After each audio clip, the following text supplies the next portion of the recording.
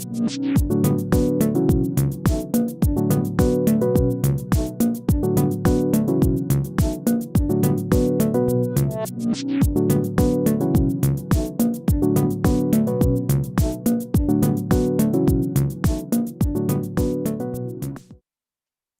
it going, folks? My name is Matthew, aka EZBOT. We're back with another live stream, this time on the glorious Push 3. I have with me Phemto, aka Jordan Guzak, who is my go-to. You can scoot in a little bit here. Howdy. Jordan is an amazing Ableton user, and definitely my go-to person for Ableton. I'm a Bitwig instructor, so we have a little bit of conflict. We argue. We argue about music production pretty regularly, even though Ableton and Bitwig do have, a relationship, being that Bitwig was spawned from some of the creators of Ableton. A lot of the same genes. Yeah, exactly. Kind of like the aliens, right? Yeah, exactly. Phemto is an amazing Push 3 user, and me and Jordan got Push 3s on the same day. We ordered them within an hour of them going live, and we've had them since they very first were delivered, other than the beta testers. And we've basically been beta testers, not gonna lie. We have been, absolutely. We have been. Jordan is a total badass at this stuff. He's performed live with MIDI controllers, finger drumming. He's used the Push 2 extensively for years. He's developed Max for Live devices for the Push 3 to make it even more usable in standalone, which is something, wow, pretty much all I care about is Push 3 in standalone mode. And we're going to go over Push 3 standalone mostly during the stream. Jordan's going to show me some tips and tricks, just generally how to be a better Push 3 user. And because you've had as much experience with it than as much as anybody else, I imagine. Yeah. And so get excited, because this is pretty dope. Having Jordan here, Jordan's an amazing producer, and you're just good at explaining things. So I'm excited to have you here. So yeah, let's go ahead and switch over to that screen. Yeah, for sure. And pop it on. All right. Also, I do want to mention, actually pop back over to one. Oh, yeah. That the stream is sponsored by DistroKid. DistroKid, we love you. It is. It's man. The truth. We love DistroKid. So we'll talk about that a little bit later. Yeah, I've been using DistroKid for a very long time, and I love their stuff. So it's pretty special to be on a stream that's sponsored by them. So cheers. Oh, that was very lovely. Very sweet. All right, let's go ahead and here we go. All right, the Push 3, here it is. So this is a little set that I had built up, working on this in the hammock. Would you like me to just play a little demo, or do we want to talk about stuff first? Let's talk a little bit. Ugly. Let's talk a little bit first, and then let's do some sound demos. Okay. So first, we have some stuff on the table. What do we got here? Yeah. So we have the Push 3, and then we have a MIDI Fighter Twister. This is one of my all-time favorite MIDI controllers. I've been using it since I think I got this in 2016. And it's been in all sorts of setups. I've used it with Tractor for DJing. I use it with Ableton, obviously, and even more with Push standalone. I've been leaning on it pretty heavily because there's a number of features that aren't immediately available in standalone mode compared to when it's being used as a controller. And we'll talk more about that. Because I have my laptop over here. Yeah, I'm using it. If you hit number 4, let's just show that real quick. Yeah. So we're gonna be able to pop over here and. Yeah, and take a look at your projects and maybe how you set some stuff up and why you do need your computer with Push 3. Yeah, because there's a number of reasons why you would want a computer around, especially with the current iteration. So as Matt mentioned, we've kind of been beta testing a bit. We've been involved with both of the public betas that have been available for Push standalone, and those have been great. They've been addressing tons of bugs, and it's getting much more stable. But there are still a number of I consider key workflow features that are kind of missing in standalone, and there's some workarounds for a number of them. Which you've been developing. I've been making some Max for Live devices, and I've been using Max for Live devices that other people have made that improve the workflow on standalone. But there's some things that are still, they're not ideal to be done just in standalone mode. So I like having the computer around to be able to, quickly do a couple clicks here and there to kind of get things moving. Which is where me and you butt heads a little bit. Yeah. Because I don't want to do that. I just want to do it all in Push 3 so I could just think of it. I don't want to think of Push 3 as as like this other part of my computer, Right. as you know. For sure, and I But get that. I totally get that. That's not a problem. I've come around.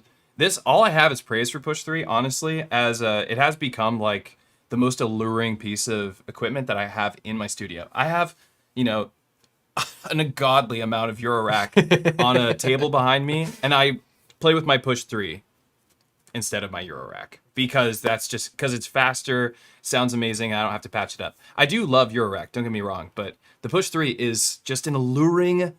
Look at it. It's ridiculous. It's so beautiful. And you can see the waveforms on here. And when you have stuff like the EQ going and it shows the shelving that's happening in the wavetable. And anyway, it's beautiful. I like to think of it, the Push 3, as like a multiplier for other gear that you have. Like the fact that it has ADAT on it. I have an ADAT Eurorack module. Actually, I've got 2 of them in both of my cases so that I can plug my Eurorack directly into this thing. Right. Which is, it's insanely powerful. Before, you know, you'd need an external sound card and a whole bunch of other junk just to be able to get Eurorack into Ableton. But with this device, you can talk to it. It's got MIDI. It's got a USB port built into it. You know, there's all these features that make it way more compelling compared to Push 2 or, you know, another device. And if you have a DC coupled ADAT device, right? Yeah, you can plug right in. You can literally control Eurorack modules via the Push. Yeah, exactly. Which is cool. Yeah, and all the MPE stuff, that's been really, really awesome. I love playing acoustic instruments, and having that extra level of expression to kind of liven things up is really, really special as well. So, well, okay, dude, let's some folks have piled into the chat room. There's about 40 people in here right now. Let's show them a little bit of the sounds that it can make since we got some folks in here. All right, yeah, for sure. So this is a little project that I wrote. So I did all of the MIDI mapping stuff in a template project that I have. And then I brought the Push and the MIDI fighter onto my hammock in my backyard. And that's where I kind of sketched this idea out. You heard it first here. Hammock jams. Man. Hammock jams. Thing. Hashtag hammock jams. Yeah, hashtag hammock Let's jams. start a thing.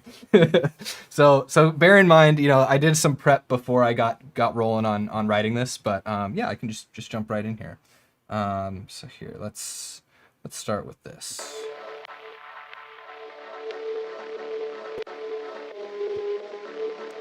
I think that's the wrong clip. Let's go with this one. Yeah.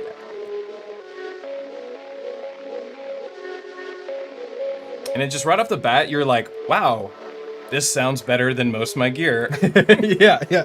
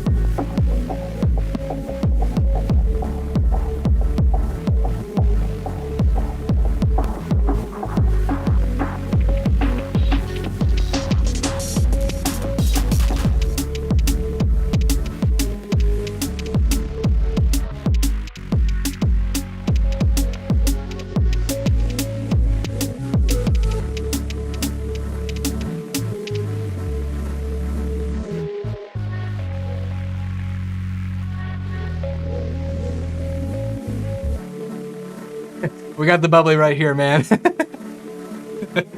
We should have cracked that at the beginning. I know. Should have done double crack. Woo. Little demo. Little demo. A really great sounding demo. It's a completely different kind of music that I would make on my Electron boxes. And mind you, for this stream, I'm going to be drawing comparisons to Electron often. As you should. As I should, because this is mostly a pretty Electron-inspired YouTube channel. And I do most of my music on either Bitwig, in Eurorack, but 90% of the time I'm doing it in Electron. I guess I've been doing a lot of M8 work too lately, because I love the M8. But I would like this to start taking over my life. I guess this. We have 2 push 3s over here right now, and we might play with them together at some point. So I want to talk about. Yeah, we'll see about that. I want to talk about. We just played this track. What went into making this track? You said you wrote it laying in your hammock in your backyard, so you did it on battery. Yes, which is super cool. For me, the battery. What the battery provides for me is that if a cable came unplugged during a live show, my machine wouldn't stop. Yeah. That's the thing the battery does for me the most. Like I don't need it to be standalone. It's cool for moving it around in the studio without having to plug it in and unpower it. Yeah. Like I love that idea. So those are the advantages. But you used it to actually go write a track out in your backyard. Yeah.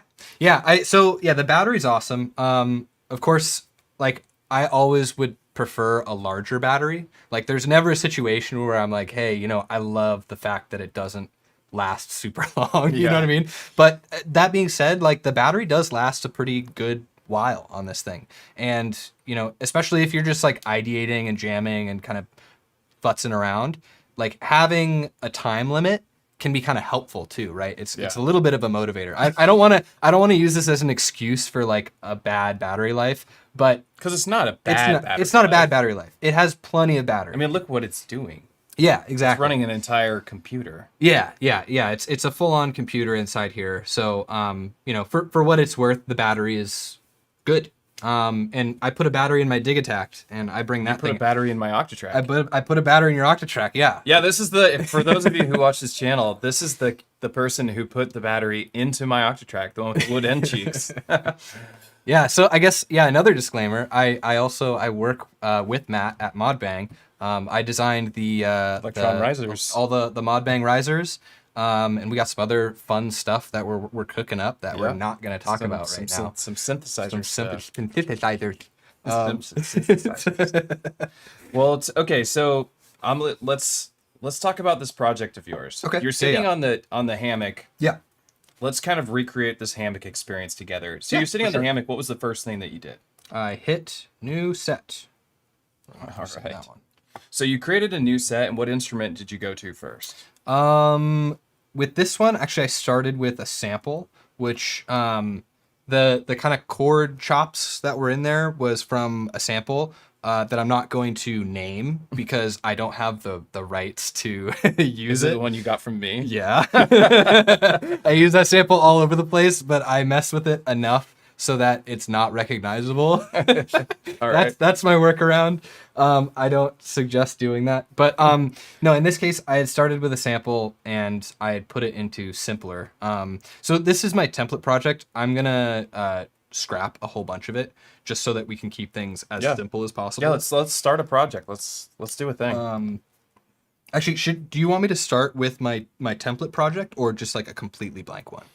Well, like, what do you think is more important? Like, because like most folks who start with a push 3, where are they coming from? Are they Ableton users that picked up a push 3 and they're like, oh, I already get this. This is Ableton. Or do you think there's a lot of new people that were never Ableton users that bought push 3s and they don't have templates, users. Right? Because they're not Ableton folks. That's a good point. And I think you're one of those people. Right? Like I knew Ableton a bit, but it was just like enough. You know what I mean? Like I wasn't an Ableton producer. For sure. Yeah, no. So you didn't have like a collection of like I don't have a template project in mind. Right. Let's put it that way. Okay. Let's go ahead and start with like a completely fresh set then. I think it's oh my gosh, I have so much stuff in here. I think it is 8-track recording. Okay, actually here we'll just do this. We'll start with my this is like a standalone template that I use. So I've got a couple templates. I've got one that I use when I'm plugged into a computer, which we are right now. But I also have like a standalone template. So we'll just start with that one. And it's really, really straightforward. So there's a couple of audio tracks in here that I keep in a group, but I usually keep that group closed. It's really for mixing, so I don't look at that group very much. So we can basically just ignore this one mix group. So that's a little bit more advanced Yeah. than the newbie. Right, yeah, This yeah. is something you have to set up in your computer first. Yeah. Well, Could actually, you set it up in here? you can set this up entirely on push. Okay. One of the downsides with standalone is it doesn't have a MIDI mapping mode right now. Yeah. So I've got a MIDI controller here, right? But if I was to start completely from scratch on standalone, I wouldn't be able to map these controls to stuff in standalone. I would have to do that connected to the computer. Okay. And then drag that project over to standalone. Got it. Which right now, that's like pretty much all of the like major workflow issues that I have. That's the solution, which is you do it on the computer and then you bring it over to standalone. So, And that is what they expect Right. currently, even Right. though that's not what said user expects from the word standalone. yeah, and some of the marketing, like they didn't explicitly say, hey, here's a bunch of stuff you can do in standalone mode. Yeah. But if you so I started making music with Ableton and Push at the same time. I got Ableton and Push 2 in 2018. Yeah. So a lot of my experience with Ableton is very, very closely tied to Before Push. Ableton, you were in Reason. Reason. I used Reason for about 10 years. Okay. And then I got out of Reason into Ableton, and then I started picking up synthesizer Eurorack, which is actually when we met. So I'm gonna blame you for that. But That's right. I'll take the blame. but yeah, right now there's most of the workflow, like there's so many little things that it's just one or two clicks on the computer, but it's either very tricky or not doable on standalone. Cool. That's fine. I mean, it is what it is. Like, It is. eventually, this will have probably all the features from Ableton in here, or at least enough to get the job done for sure. most things you need, like being able to gate, for instance, or Yeah. just being able to select different sources on tracks, and maybe some sort of search engine for the browser. But Yeah. besides that, without like, I don't even want to share gripes about Push 3 on this stream, because I've already talked about like the things that I want it to have. Right. But let's dive into the things it does have Mm-hmm. and what makes it dope and why I'm still enamored by it despite it having some Yeah.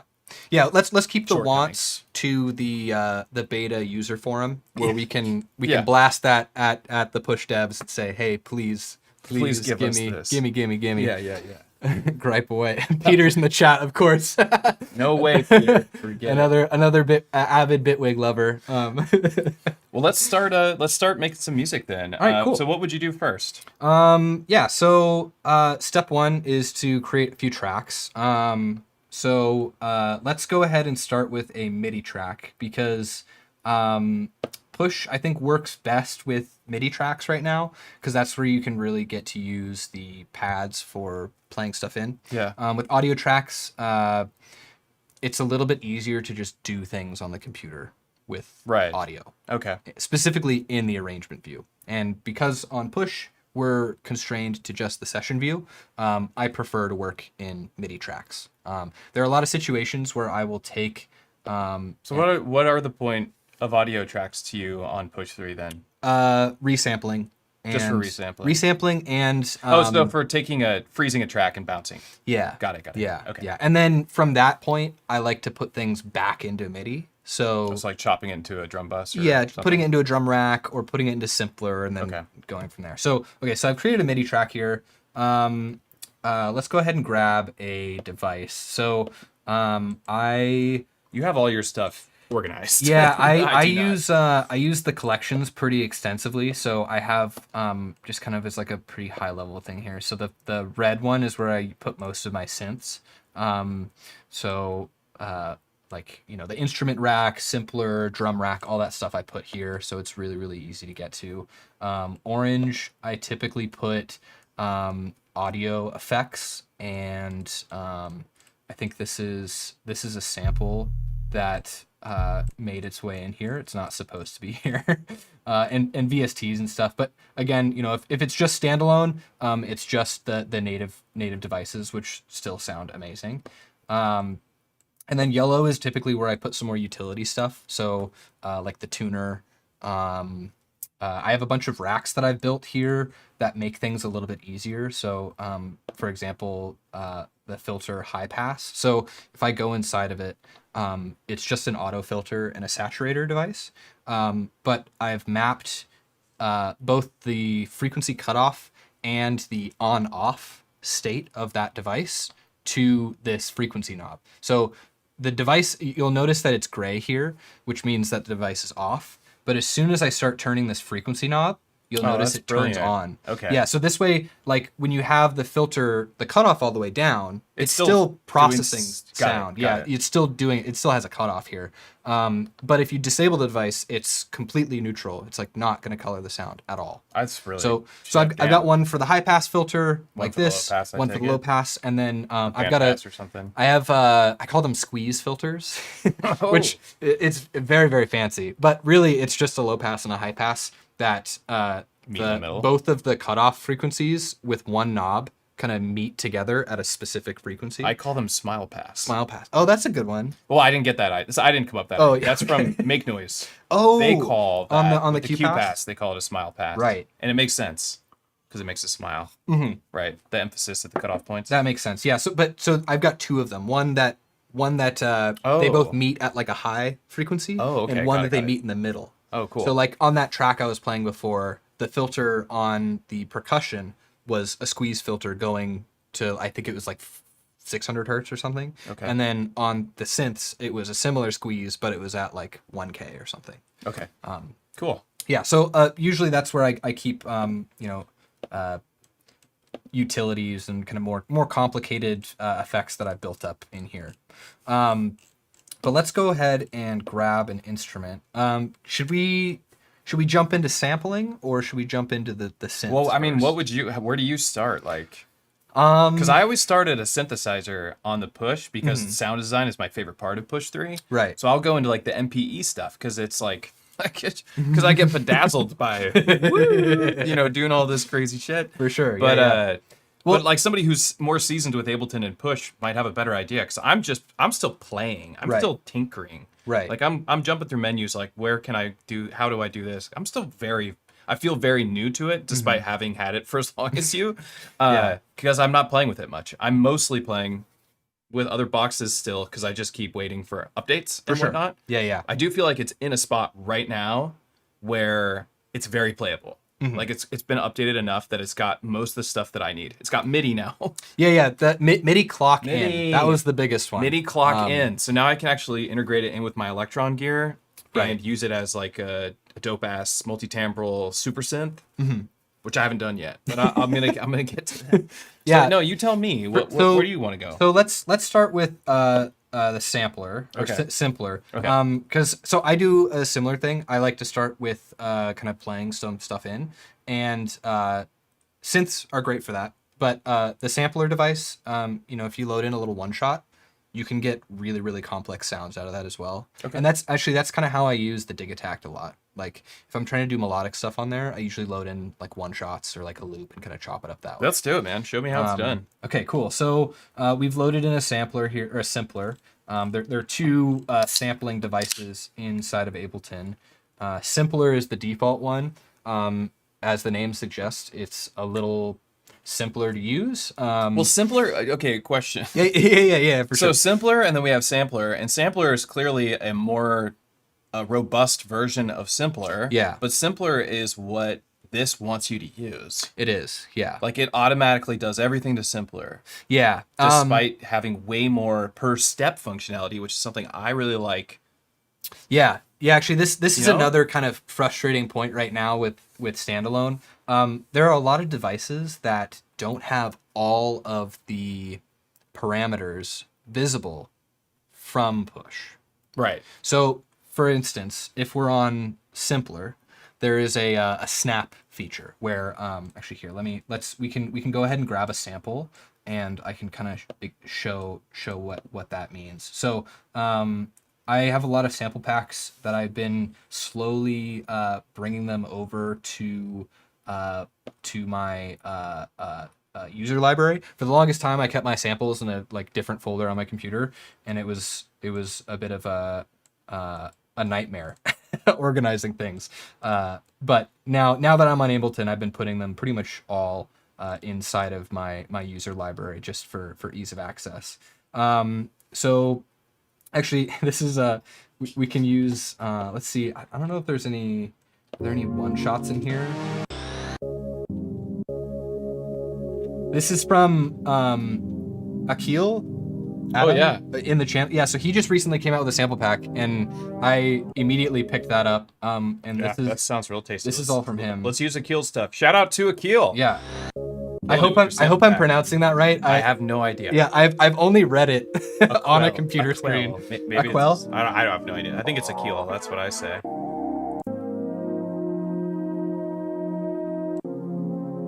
Any of these is gonna work for me. This is what I would do on the dig attack too. I would start with something like this and then just like find a little spot to loop Yeah. and then start building a groove around that loop. Yeah. Okay. So ooh, this is really low. So down here, Okay, we yeah. have So, octave up, octave down. Octave up, Anything octave else down here that's important for this section that I've maybe overlooked? well, so one easy way to jump octaves if you want to move like a whole bunch of them instead of just like spamming this up down. If you hold down Shift, the touch strip becomes your octave selector. Yeah, okay, that makes sense. So you can just right. Can you like do that with notes that are in like say a clip? If you had a clip. No. I want Yeah. more parameter locking because it's so natural for me. Yeah, you know? and actually that's another thing with the simpler device. If you go to like step lock something Yeah. on simpler, it just shows. That's what I'm talking about. Yeah. Simpler versus sampler, we have more step locking options. Exactly. In sampler. Yeah, so here, Simpler. so I just created a blank clip here, and this way, if I go over to the view and I switch to layout, this shows kind of the Every once in a sequencer while. view. Sorry, I didn't mean to No, interrupt that's all you. good. Every once in a while, do you mind popping over to Ableton so we can just show Yeah. people that For this sure. is also happening over here? Yeah. Like, we're in standalone mode, but right? No, we're connected to the computer, but we're effectively using it standalone. I'm not touching the computer at all. Okay, Maybe at some point, I'll jump over there and like do a few things and kind of show the way that I typically work with it. Okay. But right now, for all intensive purposes, like consider this standalone mode. Okay. Yeah. No, I just want yeah. people to see like we do have both Yeah.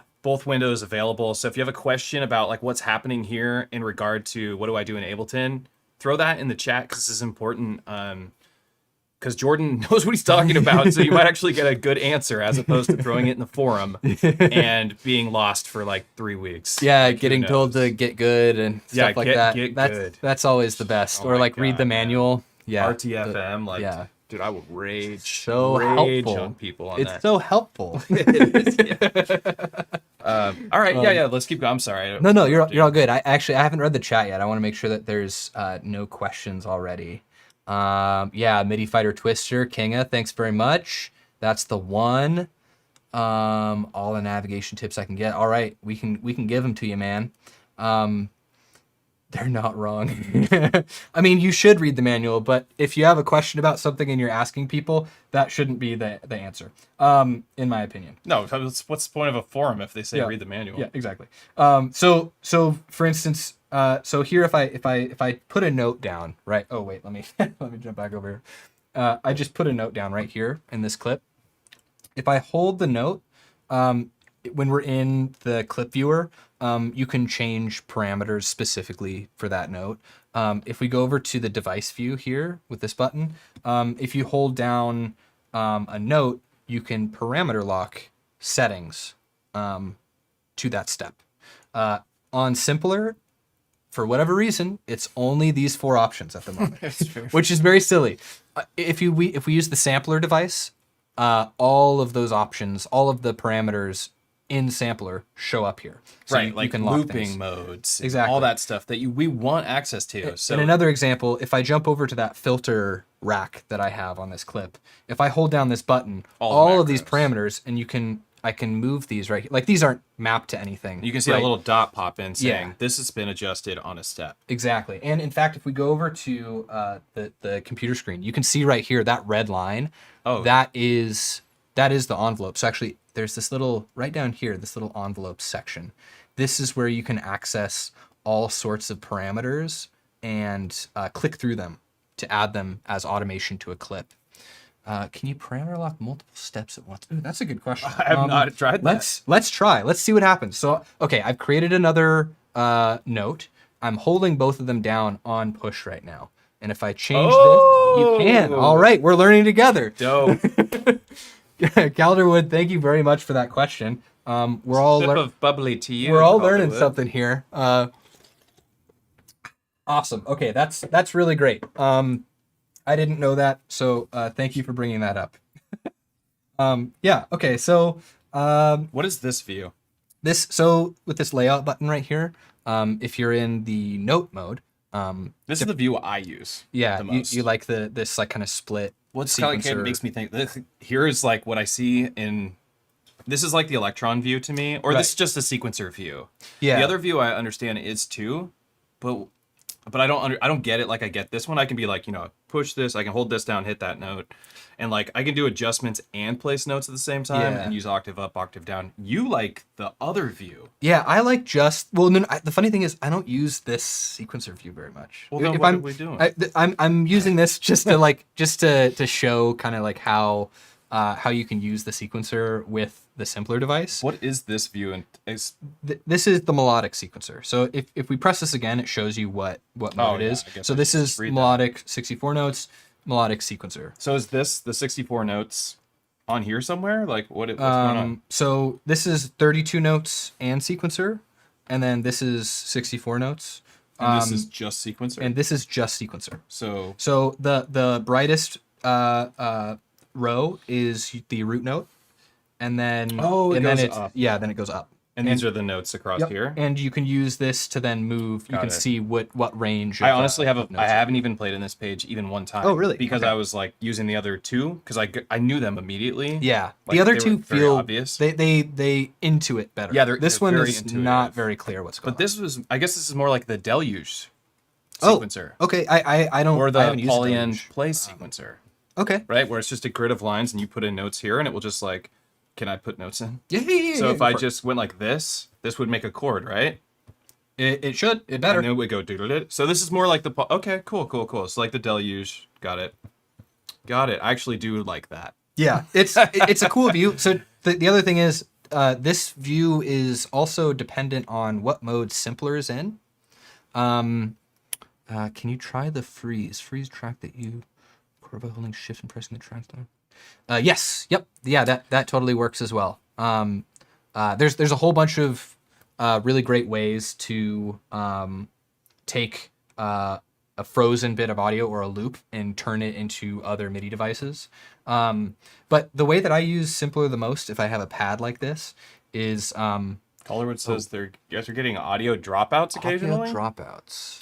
I'm not seeing anything on my end saying that. Do you mean audio dropouts from our voice as we're talking? Because according to all of my numbers, it's looking pretty darn good.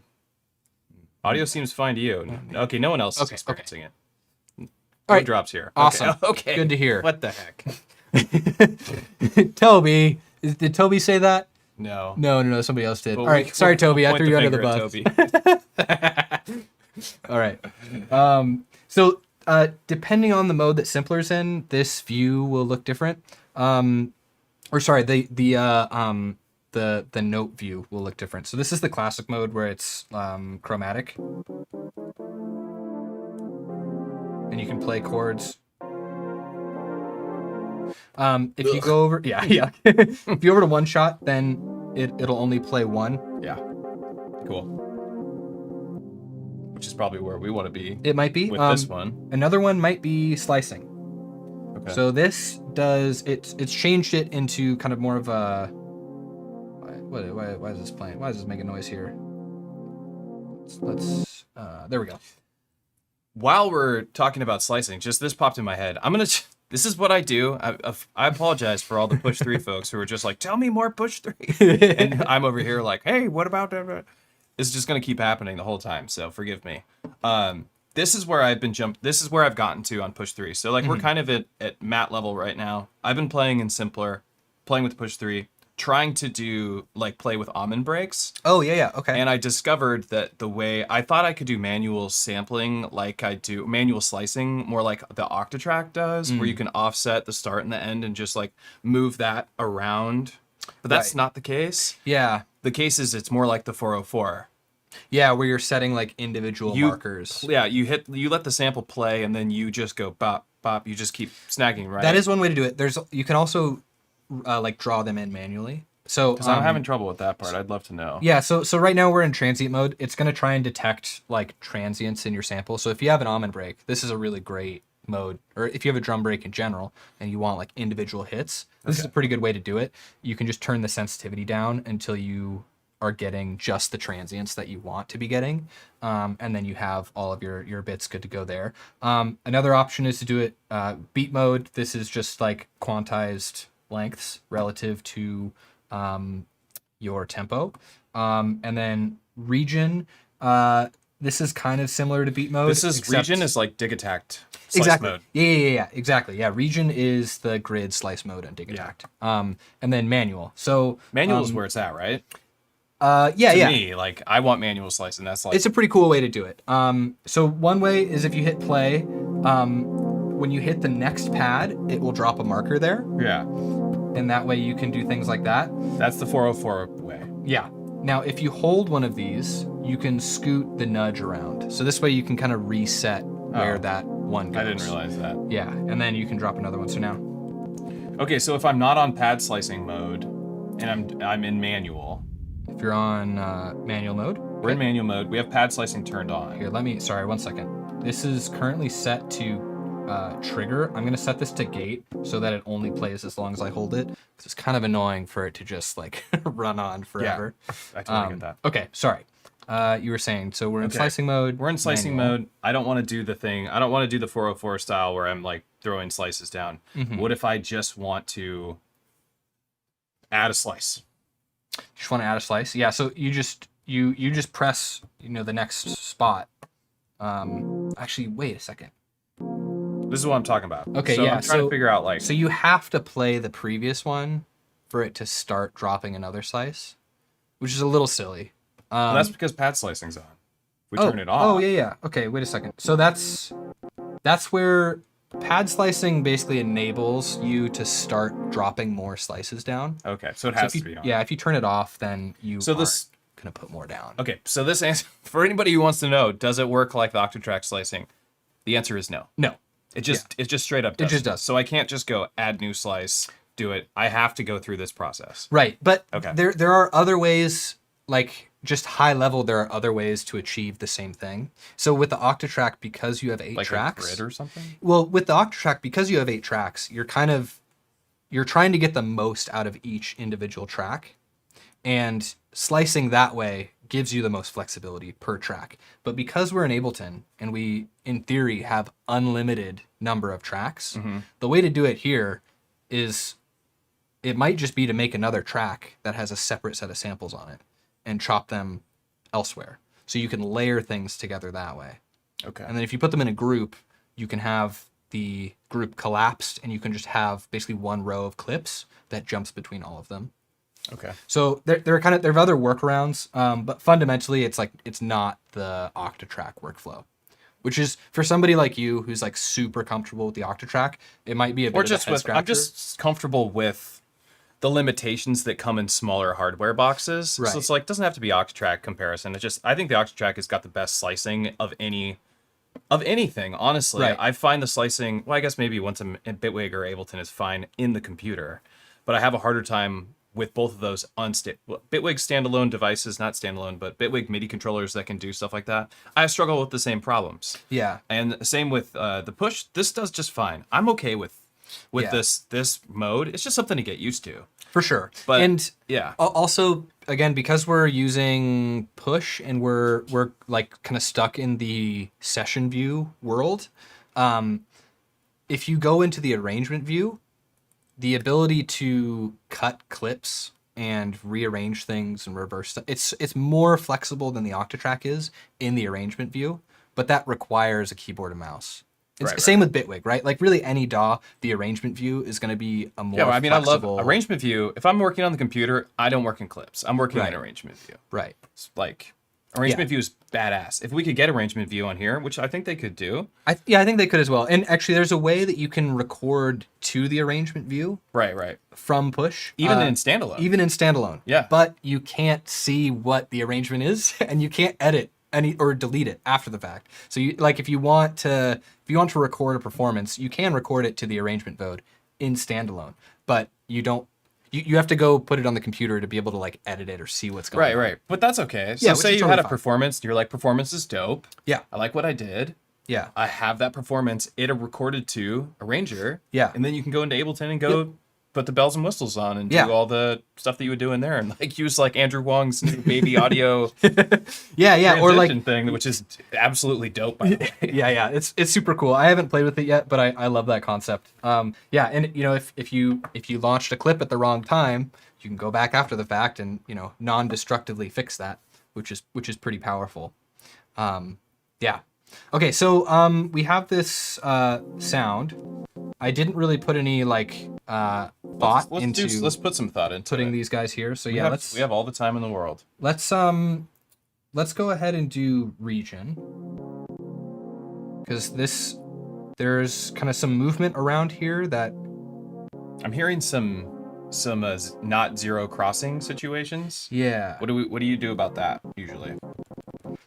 So what I usually do is it really on any device from push, if you press the like name of the device again, it pulls up a more in-depth menu. So there's all these other tabs here, right? Mm-hmm. So what I would do is I would go to envelopes and I would give it a little more fade in and maybe a little more fade out. Yep, fixed it. Perfect. This is the same thing you would do on any hardware sampler. Yeah. I just wanted people to see that process because this is important stuff. Working with simpler or sampler, working in like, and then a basic instrument view are the things that people need to know the most. I think like how do we navigate that and how do we like create modulation and that kind of stuff for sure. Yeah. But let's make a banger. So like, okay, so there's another layer here, which is there's an LFO built into the simpler device.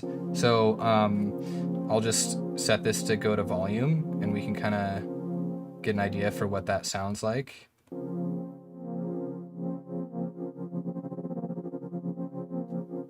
That is nice.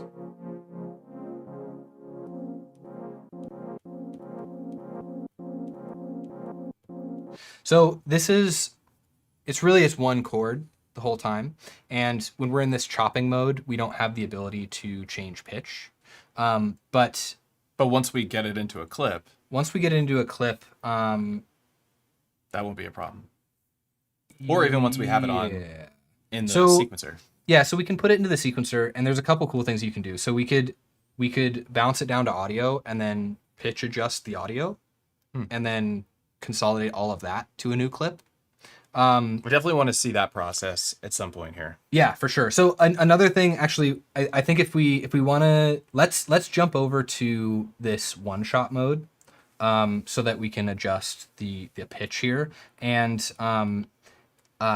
this is where we can talk about a Max for Live device that makes standalone work a bit better. So there's an LFO built into the simpler device, as I mentioned before, but it's kind of hard coded to either control kind of pitch or volume. On the PC, there's some other parameters that you can change there to make it a little more flexible. But say we wanted to control the start position of this sample playback. The way that would work is so here I'm going to go over to, it's a Max for Live device, so we could either go to the Max menu here, or I put it in my collections, so it's a little bit easier to get to in my yellow one. So this is the LFO device is the one that comes with Ableton. Scoot you forward a little bit. Yeah, for sure.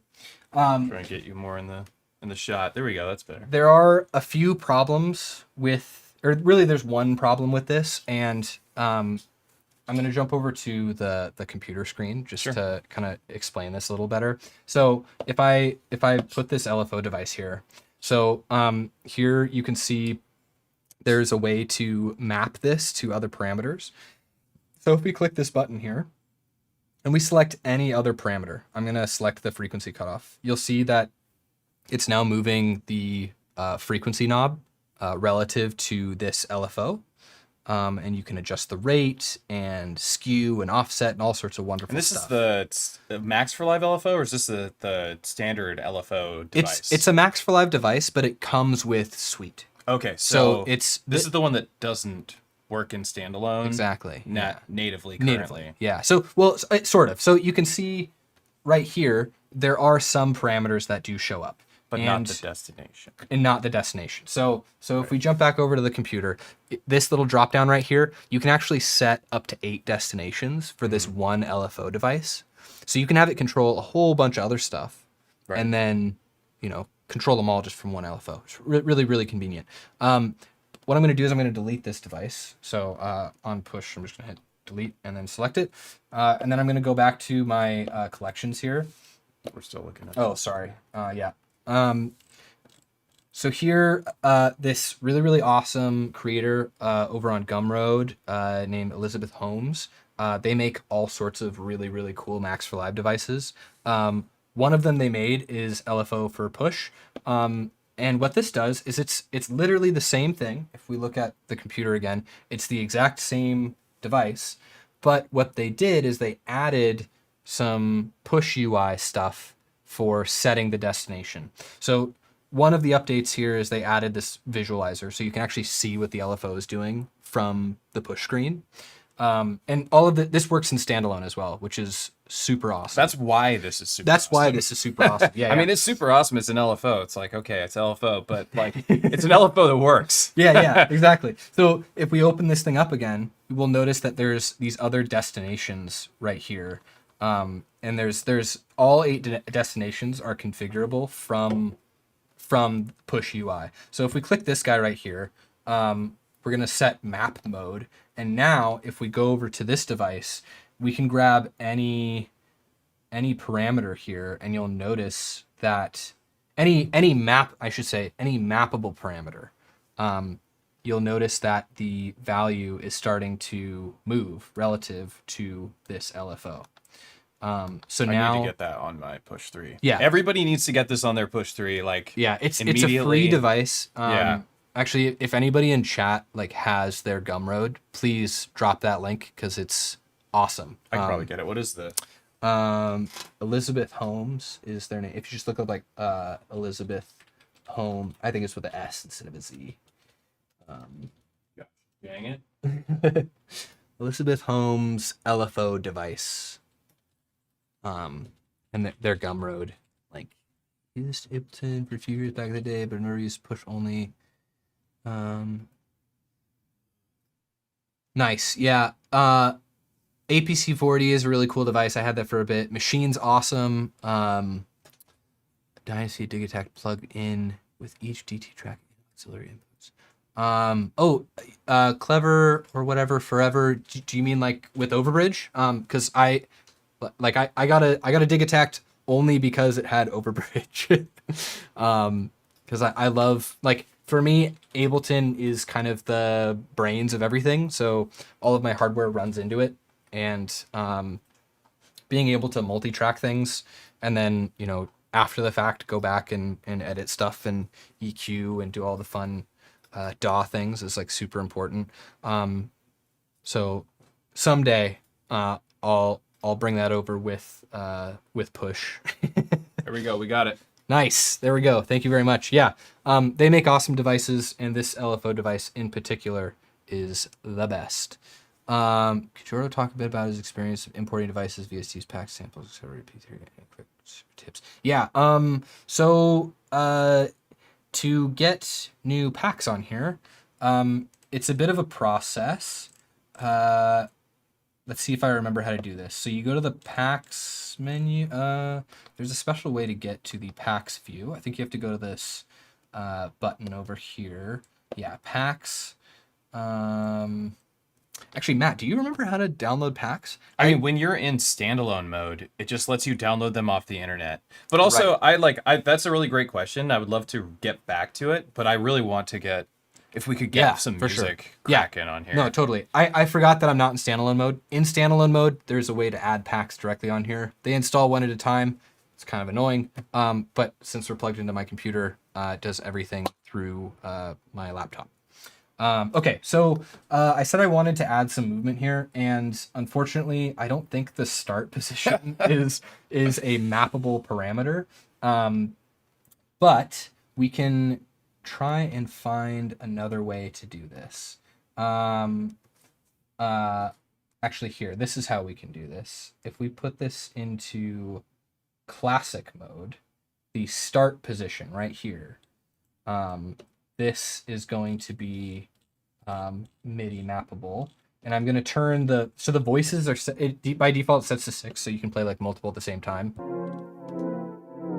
It gets kind of weird when you have like a chord pad like this, so I'm just going to set this down to 1, so we can only ever play 1 at a time. Then we will go right here over to the LFO device. We're going to unmap this, and then we will map this back to the start percent. So now you can see the start position is modulating relative to that LFO. And this is only going to trigger when we play another note. Well, that's cool. Which is kind of cool. Okay, I've got click track set here. So let's talk about that really fast. Yeah, for sure. This quantize, this is really important. This quantize section, you can hold that down. Yes, yeah. So you can set the amount of quantizing that you're going to do. This is also where you find swing. Yeah. So there's a groove pool in Ableton, which is like a very, very complicated swing situation. Basically, instead of the swing being like a percentage based on the quantization level, you can have more complex offsets and import that data as a file. And then it uses that more complex series of offset positions to apply it to clips. Okay. So one way that I used to do this back in the day, I would take I love Flying Lotus. I would take the swing that and like the vibe that he has in his tracks. A lot of that is from the swing and the offset of all the different like percussive sounds and stuff. So I would grab like 8-bar loops of his tracks. I would put them into Ableton and like warp the start position and the end position.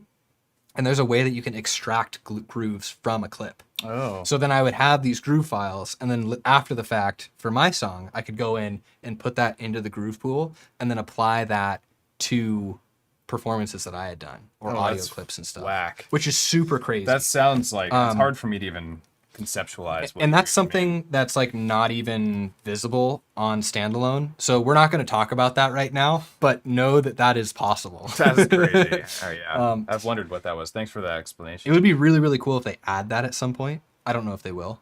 Okay. Yeah. Okay. So so for quantizing, you can also set it to like with the Digitact or any of the Electron boxes. If you put it into like record mode, you can either quantize the recording as it's coming in, or you can have it record unquantized and then quantize things after the fact. Okay. And that quantize level can be different from when you quantize things later. Right. So if you know that like I'm pretty tight at playing but not perfect, maybe 30 seconds you want to quantize to 30 seconds. Okay. But then after the fact later you can go in and like quantize tighter if you want. Okay. Personally, I prefer to record without quantizing on and then quantize things later or move things around later. I'm better than I used to be, but I'm still not that good of a player all the time. So another trick is to just turn the tempo way down when you record. True. So then when you do make mistakes that are slightly off the grid, when you turn the tempo back up, that difference is a lot smaller. So it makes things feel tighter when you're recording in at a slower tempo and then tempoing things back up. Gotcha.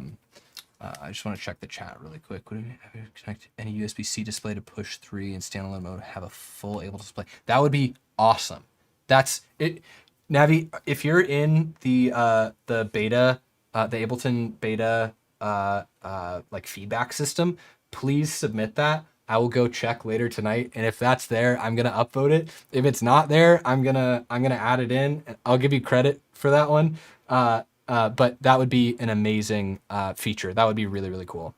Does it have a click track? It absolutely does, Johnny. So right here, there is right above the quantize button, there's this little click button. You can tap it to enable and disable. And if you hold it down, there's some more settings here. So you can change the time signature. You can change the quantization of launching clips in the clip view. So that way you can make sure that like clips are playing when you want them to play. And then I think they have a couple of different like click sounds. I only use the default one. I don't know why the other ones are there. It's kind of silly. Oh, did I had I got it fixed. a wrong link. Thank you. And then of course the number of count in bars. So I typically do 1. So let's record a clip. well, instead of recording, I'm going to do something a little different. What are we doing? Well, we're going to do something very special with this button right here. This is the record capture button. Oh. This is this is the reason why I haven't switched to Bitwig. I say that facetiously, but this really is like a huge game changer for me. Hopefully the Bitwig devs hear this. Yeah, Bitwig guys, if you add this, I am far more likely to jump over to your software. To full disclosure, I do own a copy of Bitwig. I also own a copy of FL and Reason and Ableton, so I'm kind of a loser. What do you mean? You love making music. I love making music, and That does make you a loser. There's though. so many tools that are at our fingertips. It's kind of ridiculous. So, yeah. Well, show me this capture. Okay, cool. So MIDI capture, it's basically always like listening and recording what you play into it. This is like a crowning feature of the Push 3 that this got integrated into the box. Yeah, the fact that this is like a standalone button is in standalone mode. Yeah, I've used it a lot. It's dope. Very special. Yeah. So for example, I've got click turned on. I'm just playing, right? I'm not recording anything, but like.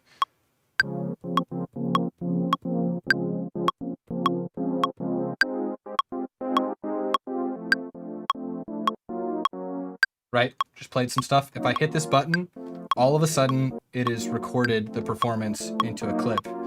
Now it's looping in like a really small section, which sounds super goofy. So what we're gonna do is we're gonna pull this back here, and I'm gonna extend the loop to be a little bit longer. Actually, we'll start with just this part right here. So that's like exactly what I played with all of the mistimings and everything. So a couple of the notes here are not quite right. So if we go over to the layout view, we can go into the sequencer. This kind of shows what's going on a little better. Oh, look at that. So you can actually use this to adjust notes, which is pretty handy. What's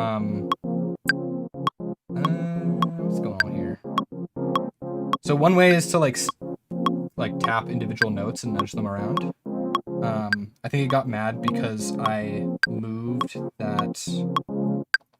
that note back. You know, one thing that Ableton does that Bitwig doesn't do is that Ableton will audition a note or start a note even if your cursor is in the middle of the note. Yes. It'll play the end of the note. In Bitwig, if you don't have the cursor hit the beginning of the note, it doesn't play the note. Oh, and interesting. It's so frustrating. And I love that about Ableton that it does that. And that's another feature that Bitwig absolutely needs to add. So another kind of handy feature here. So I'm gonna zoom in right here. If you hold down the shift button while you are adjusting any of these parameters, it's gonna adjust at a smaller step scale. So like if I change one that I did find on my own, because I was like, what does shift do plus this button? Yeah, and it's kind of annoying. It's like maybe I don't want to step a full 16th note. If you hold down shift, it goes at a much finer tune value, which can be very, very handy. So in this case, we'll like kind of extend that there.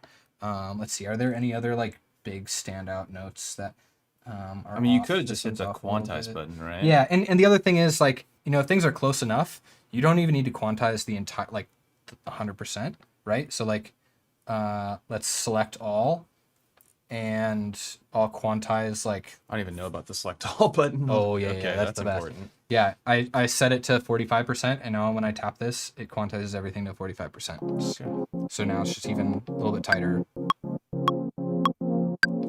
This will sound very nice once we get some drums behind it. Oh yeah. Oh yeah. So we'll extend this guy a little bit, and then I'm gonna adjust a couple of these notes because I didn't really like the this one. Yeah, all this. Can you grab? Oh. Yeah, so if you press down on them, you select them. What? And then I'm gonna move these down. I didn't know that. And then I'm gonna select all of these. So now I can move all these at the same time. What? Oh, this is so good to know. Holy shit. I was really struggling with this. So, and also it looks like I might have moved these.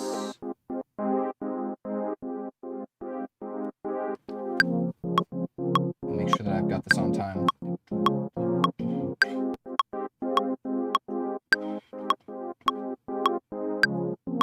Some of those are kind of off, but I kind of like it. It adds a little bit of a funky feel to it. So what I'll do, because I kind of like it, but I'm not sure if like we want to keep that. You like that? Yeah, I think it's fine. You like that? I think it's definitely good enough to move forward. Okay, perfect. Yeah. So okay, we've got this loop going on here. We can go over here. We've got this filter. Oh, we still have those steps recorded in, so you can see these guys jumping around every once in a while. But here, let me delete this really quick. Okay, so let's start adding some drums. Does that sound good? Oh, please. Okay, perfect. Please, right. God. Please. Drum me. All right, MIDI track. So you can either do like a default track and then add in the drum rack on top of that, or in this view, you can just go straight to the drum rack like that. So now we have a drum rack already good to go with all the pads. Which I love. Yep. Okay, so... this is my favorite part so far. Of Push 3, my favorite thing it does is how quickly I've been able to build drum racks. Mm-hmm. Yeah, so one of the things that I haven't played around with too much yet is whether or not it's like remembers the last spot while it's... It does. While it's browsing from the user library. So when you were using... Here, if we go back. When I'm loading a sample, it would go back to the last spot that I had a sample. Right, and that's from this drum hit menu, oh, well, we don't know if it's just the last place it was in general. Oh, yeah, I guess we're going to find out. Let's find out. Let's find out together. So this is a list of or a series of curated packs. I really like these Beat Butcher packs here.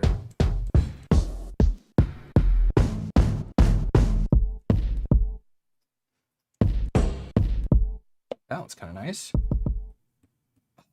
Dude, it does. It stays there. Yes. This one's for all the Ableton devs. Thank you very much for fixing that. That was so frustrating to deal with for the longest time.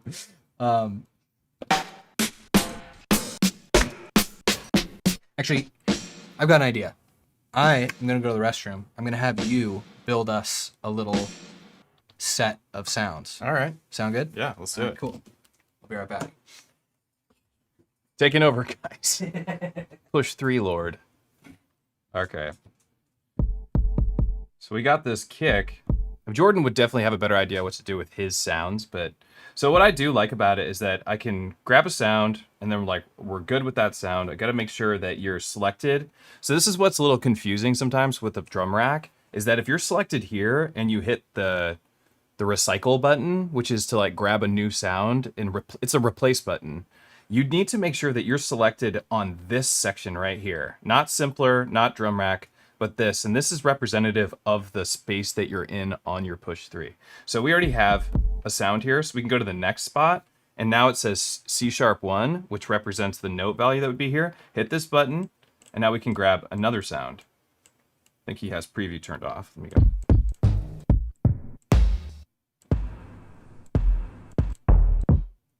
Should we just give Jordan a bunch of terrible sounds? They're all kicks.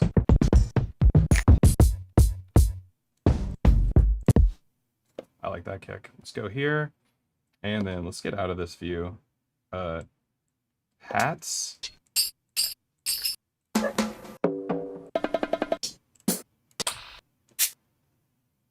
That sounds nice.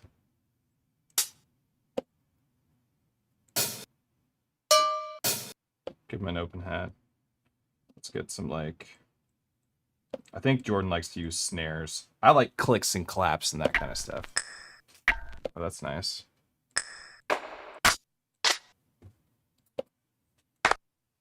Jordan, you're getting just so many sounds, dude. Good.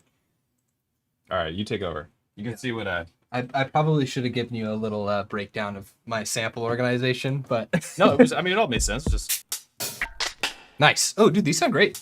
Good choice. they're your samples.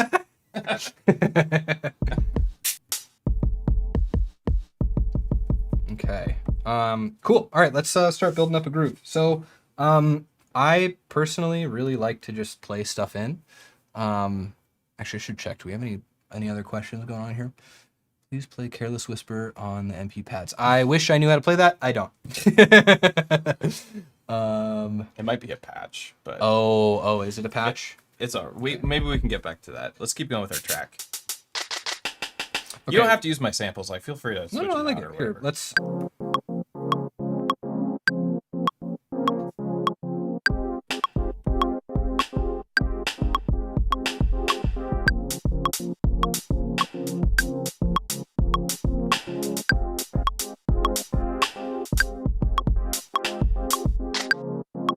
Capture.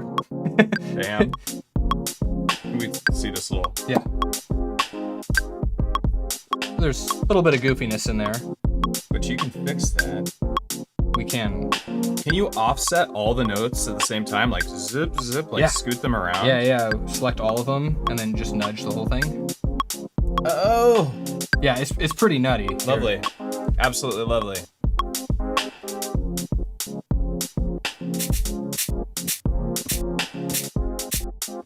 Okay, some of this is a little goofy, but I'm just gonna plop these down. Now, what data can we do from here? What from, data with can we the do? Push down. With the push down. What did data do? What data do? Okay, so if we jump over to, again, because it's simpler, we only have a couple things that we can parameter lock. But we can mess around It's with simpler. the clips. The MIDI notes have Yeah. all sorts of great stuff. Like they have pitch, they have velocity. Yes. They have. Yeah, exactly. So like, so for starters, what I'm going to do here is I'm going to, if you hold down select and tap a pad, you'll notice it selects all of the notes that pad has played. Mm-hmm. So I'm going to go ahead and Ooh, that's quantize good them. to know. Oh my god. And you can quantize just the selected pads. Oh, So now I've how am I gonna remember all this actually stuff? here, I'm dude? gonna mute that guy. So now it's a little more on time, right? Yeah, it sounds good. And this guy, actually, one fun thing we can kind of do here. Let's, if we hold down this, we can adjust the velocity. So this one plays a little bit hard, so I'm gonna kind of pull that guy down a little bit. And then this guy is a little too far forward. If we go ahead and edit, we can also adjust like probability and stuff. So maybe for these guys, Can you not adjust the note? uh, Maybe in edit mode you can? in a drum rack, you can't adjust the pitch from the sequencer, but so I overheard you talking about the difference between this, like the Simpler and simpler sampler and then the slot on the drum rack. Yeah. Right. So this is the drum rack, this button. Oh yeah. This the is note the slot that represents you're on. The slot. And then this is simpler. So if we had access to Oh wait, we do. for transpose, you can do it from simpler. Yeah. So The like transpose, is that in octaves or semitones? this is in semitones. So we can do it on a per step basis as long as we're selected in simpler. Yes. And actually there's another way to do it, which is to select, and so this is if we replace the sample that's loaded on here, it actually replaces the simpler instance. Unless you can hot swap the specific sample that simpler But has it in replaces that instance within the drum rack. Yes. Yeah, it keeps So it the drum doesn't- rack, So but it might mess up the transpose. transpose. So another way to do it is you select the slot that you're in, and you can just adjust the transpose But of can we this do slot. that on a per note basis? Yes, we can. I think so.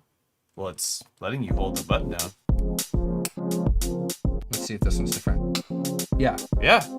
Yeah. It doesn't give any visual feedback, which is a Which bit is annoying. weird. We found a bug. Yeah, this is a bug. Okay. But this is great. This is good to know, man. I need to know this stuff. Okay, so I'm gonna undo because I don't know how those guys got. Here's a good question. Okay, What's the yeah. fastest way to add or create ratchets and ratchet probability? So we're Ooh. doing drums right now. This is a great topic. Yeah, absolutely. So let's use this sample for instance. I'm gonna make this a little bit smaller, so it's a little bit. Okay, actually, this is another thing that I wanted to talk about specifically with Simpler. So you can see on here how there's the endpoint, but it's like grayed out before it. That's because I'm going to switch over to the computer view here. There's this snap option that by default is set to on inside of Simpler.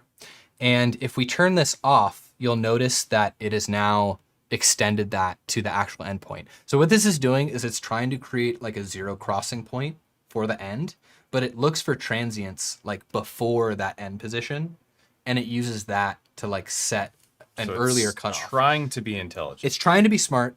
I usually leave it off. Okay. There's a workaround here which you can set. You can preset different settings for different devices, and every time you load them up, they will have those settings on them. Which I think you and Circo were talking about this a bit, specifically with loading new tracks. But you can do that with you can do that with individual devices as well. Okay. So if you don't like that feature and you want access to it on standalone, or you don't necessarily want to you don't want to be stuck with Snap On in standalone, you can save a preset of Simpler to your user library. And then you drag that into your user library on standalone, and then every time you load Simpler, it will load with those settings. Correct me if I'm wrong, but can't I save a preset version of every instrument that's the default for every single instrument type? Correct. With a macro built into the instrument too? Like can it load up with an instrument rack? You can set presets for instrument racks, but you can't set preset like MIDI mappings or anything like that. Okay. If that makes sense. The way to do that would be, or the kind of the workaround there is just to make an effects rack and map a bunch of stuff to macros in the effects rack, and then you just have access to them that way. That's good to know. But yeah, okay, so going back to ratchets. So we've got this like really short sound here. You'll notice there's an accent button. So if we hit this, regardless of how hard I press it, it's going to play at max velocity. Okay. And it's blinking, so you know that it's on. Okay. Repeat. This allows you to do repeat notes. And I totally forget this. Yeah, and this strip sets the... So when you're not in repeat mode, what does the strip do? This is how long the default note is? The default note? The default note? No, no, what it is it shows it's the quantized level in the step sequencer view. So right now we're set to 16 notes. Got it, right? got it. Yeah, yep. And you can see this is how much of the clip is actually selected and will play back. And so as you change the value of this, it'll adjust accordingly so that you always can see the whole thing and jump around. It's pretty dope. Yeah. Okay. So we turn on repeat. Another interesting feature about this repeat, depending on what your swing is set to, it will repeat with that swing. Oh, so good. Thank the Lord. If I crank this all the way up for an example, you get a really goofy swing. And I haven't tested this, but I believe it works with groove pools as well. Okay. Again, we're gonna avoid groove pools. Yeah, groove pools way over my head, dude. Groove pools are I don't even use them that often. To be totally honest, don't ever speak of groove pools. Don't ever speak of those again. Okay, so we have this. I'm gonna play this and see like what. Can we do ratchets on a per step basis? That's a good question. I don't. What if we hold a note down and hit ratchet? Maybe that'll do it. Or we hit repeat. Oh yeah. Okay. Here. So I'm gonna record in the repeating hats, and then once that's recorded, let's play around and see if we can do that. Okay. Let's give it a shot. I'm actually gonna hit record this time.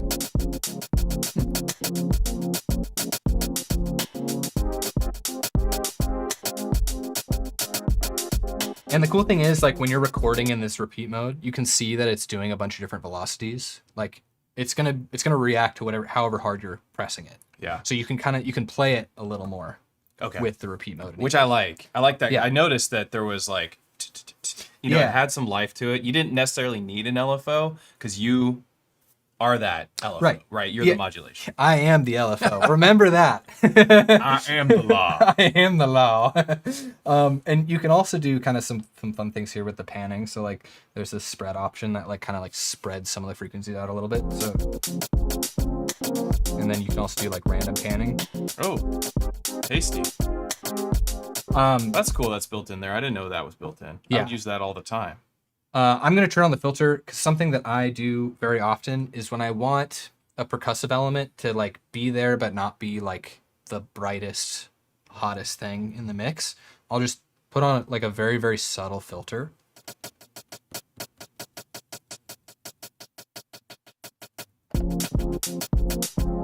So it's still there, right? In fact, we can even just like drop the volume a little bit.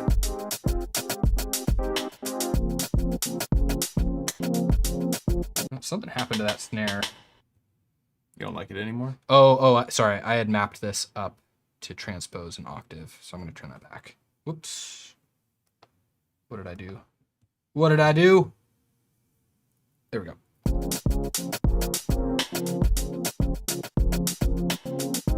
Okay, cool.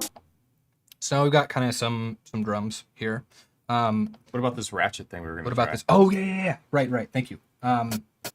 Okay, so if we go into edit view, I would assume it would be done here.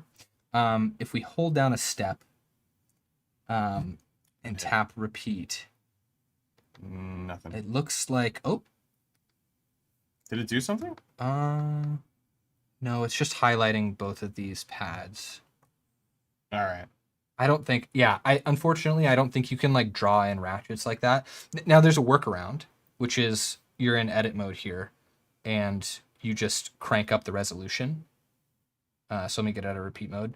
You just crank up the resolution and then you can just drop more notes in a specific spot. It's kind of goofy. It's MIDI piano roll. Yeah, it's MIDI piano roll, and hopefully this is another area that they keep iterating on and keep improving. Because what they have right now, it's like totally workable, but there's a lot of like quality of life stuff that would be better if you had this available. Yeah, I agree. Yeah. So actually, before we go any further, I just remembered that I haven't saved this, so I'm gonna go ahead and save this really quick. Again, this is on my laptop, so the save feature looks a little different here. Would you mind typing a name for us? Here. Matt. You're on the screen, so don't say anything goofy. Okay, there we go. Cool. Okay, so we've got a drum beat here. In fact, even this guy, like, it's a little bright for me. So another way is just to tune it down.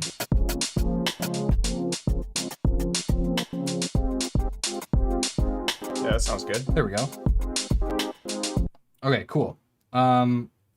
On the snare, we're gonna. I kind of want a little bit of reverb there, so I'm just gonna go into my collections here. So are you gonna give it a reverb, or are you just gonna send some reverb? Yeah. So and can we send reverb on a per step basis? On a per step basis, I think so. I think we can. I really do think we can, and I think I hope so. Yeah. So, okay, so in my template, because again, we're using like a pared down version of the template, I usually have a reverb and a delay just by default as sends, because I use those very often. Yeah. And having them in there with the MIDI fighter means that I have a page here devoted to controlling them automatically. So if I was to do a live performance with this, I can kind of like tweak stuff on the fly. Or I could hit record and record all this automation directly into the arrangement view. Okay.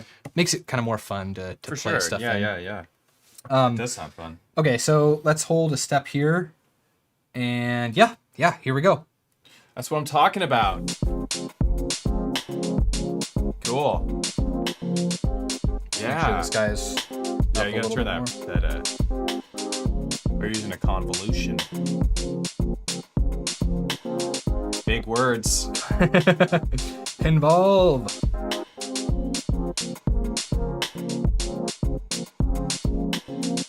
We can even add little like ghost notes in here too, right? So like if we jump over to here and say probability, sick. And then, so it doesn't have like a copy paste function necessarily, but if you hold down duplicate for a lot of things, that works as a copy paste. So if you're in the session view, if you hold down duplicate and tap something, you can duplicate it to another You can track. do it with a note, right? You can do it with notes. Yeah, so exactly. So if I hold down this guy, I'm going to duplicate this over to here. And then both of these, because they're like kind of accent notes, I'm going to turn their velocity down a bit. So now when it does play, it's a little more. I like the hats. They're on the far left a lot now. It sounds good over there. Yeah. All right, let's take one short break to do our sponsorship. Yeah. Yeah. Baby. Yeah. These streams are sponsored by DistroKid. We love DistroKid. Shout out to Dan Harmon from DistroKid. We love you too. I'm gonna quickly do this. It's these little commercials. They're short and they pay for these streams, and because this is what I do. So let's switch over really quick. So today I just want to talk about like what is DistroKid and why do I use it? So DistroKid is a distribution platform that any artist can use. It's just so affordable. It's so cheap. I think everybody who's an independent artist like myself, like Jordan, we all release on DistroKid and get our audio sent out through all the different streaming platforms and physical media too sometimes through DistroKid. And they have a lot of great features. DistroKid does everything for you. It's got all the marketing abilities that you could possibly need to do sharing of links and stuff with like cool graphics and what have you. And right now I just want to show one of the cool things I like, and it's a stats page. So we're going to transition over there. So this is a stats page for one of my DistroKid accounts, because I have a few. And this one has like, check this out, this big old spike on it. Oh, we like those. We love spikes. So like when we're looking at graphs, if I don't see spikes, I don't even want to look at that graph. Like that graph sucks. This graph has a spike. Look at this. We got 1,000 plays in July. This is because in July we released a compilation through DistroKid where we had 20 different artists. We actually had 30 artists, but 20 different artists that participated in the DistroKid release. And you can see that a ton of folks were listening to it that day, or June 1st. Maybe that's like the whole month. So in June. And anyway, this is just awesome that we can see this. You can get more specific. We can look at EZBOT or we can look at Modbang records directly. Then you have to go through this access portal, but it's just a great platform. And I recently discovered this stats menu and I wanted to share it with everybody because I do love DistroKid, and I'm a person who I have what I believe is a soul, and my soul says that I really like, if someone's gonna pay me for anything, it has to be something that I personally believe in and use. I personally believe in and use DistroKid. So the sponsorship with them is something that I really like because I use it all the time. I pop into DistroKid and upload stuff for Modbang Records, which is our company where we sell patch cables and other pieces of kit, but we also release compilations on there, and we recently started releasing them through DistroKid because they made it so easy. So we love DistroKid. That's it. That's the commercial. I hope you enjoyed it. It was short. Let's get back to the push 3. Actually, we're gonna go back to the DistroKid thing because I gotta say I've been using DistroKid for a very long time, and this is totally unrelated to Matt's sponsorship, but they're the best. I've released music with other people, collaborating with other people through DistroKid on all the different platforms. It gives you the option to do revenue splits. Yeah. So automatically, so you don't have to worry about like calculating like, okay, what does this person get? What does that person get? You can just set them as percentages and they like go on forever. It's awesome. Yeah, one of the, quickly on splits, that like money and friends. Not good. Money and friends, very hard time. So if you have DistroKid or any, like, let's just like, not even DistroKid related, if you have some sort of third-party service that takes care of that stuff, it will save friendships, especially when it comes to music. Yeah. Because that's hard. Collaborating is tough. Yeah. You know, everybody's got different ideas of like skill level and does that matter, and just the whole rigmarole of the whole thing. But and you know who puts in what amount of work, right? Yeah, exactly. Maybe somebody like did a little bit of stuff, but you don't want to do a 50-50 split with them, right? Maybe they did 40% of work or 30%. You know, you got all those options there, so it's very, very handy. Anyway, okay, back to the musics. Actually, there's a few questions in the chat. So, all right, please don't forget to talk about your MIDI fighter twister setup and OT template. Yes, I will definitely talk about that. What do you control with the MIDI fighter? All sorts of stuff. I'm using it as kind of a performative mixer effects controller. I'm still developing some of the effects sides of things. So for the most part, it's working as a mixer, and I can kind of dive into that in a sec. Please can you tell me who that Akio sample pack? Oh, okay. Sorry. Yeah. It's Aquil. Aquil. Yeah. Aqueel. I think is how it's spelled. Aquil. Yeah. There we go. Yeah. Super dope artist. He's got a really, really sick modular setup. It's just this like massive wall of modular. Yeah. It's glorious. Yeah. Okay. Cool. So, actually, maybe should we add like a bass line in here? Yeah. No, we should definitely add a bass line. I'm thinking a bass line, maybe like a lead sound, and then we can do some arrangement stuff. And then if we still have time after that, I can kind of talk about the template. I think like how I arrange things that way. Yeah, that'd be cool. I think once we get the bass line, a lead sound, and we do maybe copy, paste, make variation very quickly, then we'll have created a song. Yeah. On the Push 3, live on stream with everybody. And I think that this will be really helpful for people to understand what is the Push 3 workflow. For sure. We've gotten there. We're doing it very slowly because we're very chatty. Yeah, but this is a talk show, so like you know what I mean. That's what this is about. We're supposed to talk, but yeah, like let's definitely get through that. Yeah. Okay. Cool. So we're gonna go ahead and add another MIDI track here.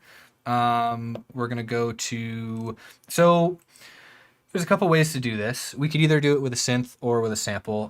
Personally, I lean samples pretty hard. So what I'm going to do is I'm going to jump over to this Oceans sample pack. And there's this,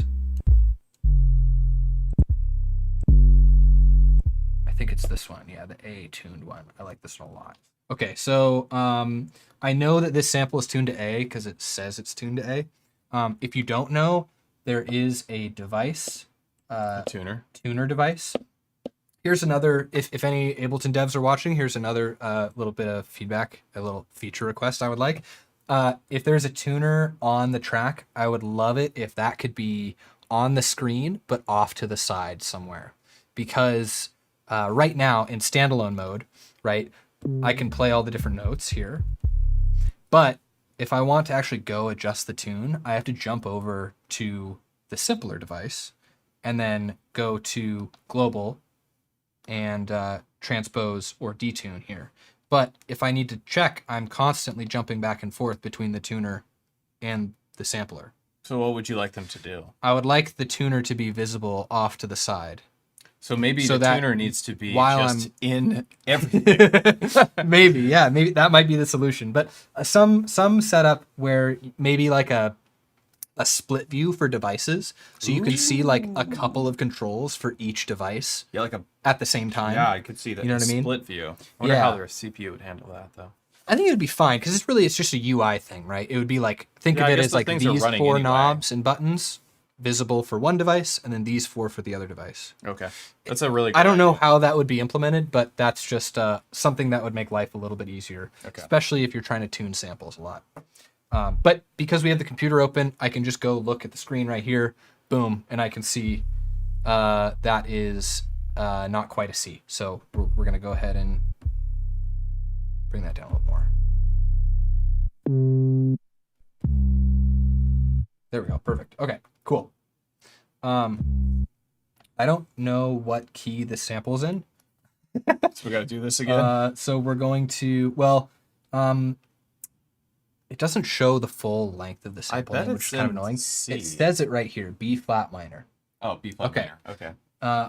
Yeah. But what note did you play? Okay. Actually, we spelled his name wrong. It's Aqueel. There's no U in his name. Big time. No, it's all good. I got that wrong as well. It'd be even better if Simpler could auto detect pitch and auto set pitch with one click. Absolutely, that would be awesome.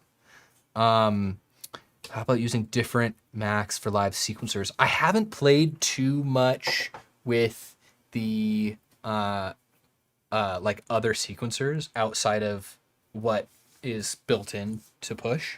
I know Kinga in the EZBOT server, they have been messing around with Max for Live stuff a bit. I don't know how they fare with push standalone, because right now Max's integration with Ableton is really centered more around the computer, and using it on push standalone, there are some quirks that come with that. So for instance, you have to use there's a device in Max called live.banks, which allows you to see and set parameters here. So there, it would be really, really nice if that gets opened up, where people can write Max patches that have custom UIs like this that show you, you know, like a sample or more complex stuff. I don't know how feasible that is from a technical perspective. I think that I don't know how to spell his name, but his Mo Grabber, well, he'll figure it out. Oh yeah, The guy who does all the Bitwig integration with this, he'll have that all cracked open, for sure. Yep, that's Callie. Yeah, that's the one. That's the one. Yeah. Yeah, he's awesome. Okay, all right. So we're in B flat minor. I think I saw another question a while ago that I just totally forgot to answer, which was, can you set scale? And you absolutely can. Yeah, So it's a piece of cake. so okay, we're in the note view here, and there's a button called scale. And if I press it, then we can go in here and adjust things. The way that I write, so a lot of people jump over to this in key mode where like you can't play a wrong note outside of your scale. This Not works. useful to me either. Not useful. Yeah. Yeah. The reason is this guy Jamie Blake, he has a bunch of really good YouTube content about playing the push like a piano or like a keyboard, and he talks a lot about using it in chromatic mode over in key mode. The shape of a chord is going, because this is all stuck to in key, the same physical hand shape is going to be a different chord quality depending on the scale that you're in. So you aren't really learning the shape of the chord. You're not learning anything. You're just learning playing. it all relative to that Yeah. that exact key. But you can noodle on here a lot easier. For sure, yeah. In the other mode, the shapes that are on here, like for instance, this would make a minor, Right. a minor chord, and then this would be a major 7. Actually, and this here, would be a major 6. I'm just going to pull up because we're going to add another synth in here. So I'm just going to pull one up right now, and that way we can kind of demo this a little as well. Because it's like a guitar fretboard. Exactly. Yeah. Yeah. And you can, I think it's in fourths when it's like a guitar. Yeah. That's what I leave it in. And even when I'm changing scales, I usually still leave it in chromatic mode. So if I want to, I could totally mess things up. We should put that bass line in though too. Yeah. Oh, for sure. For sure. Let's go to, I think it's in sounds. Is there an MPE in here? Yeah, MPE sounds. Here we go. Okay. Let's try.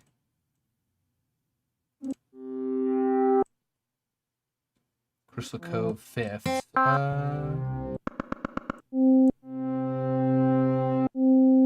Sure.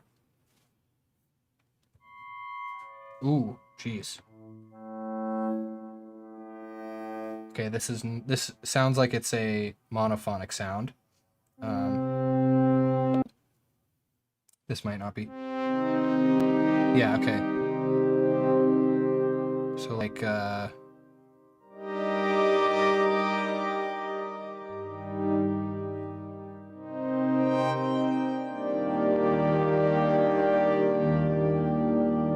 Beautiful. It sounds so good.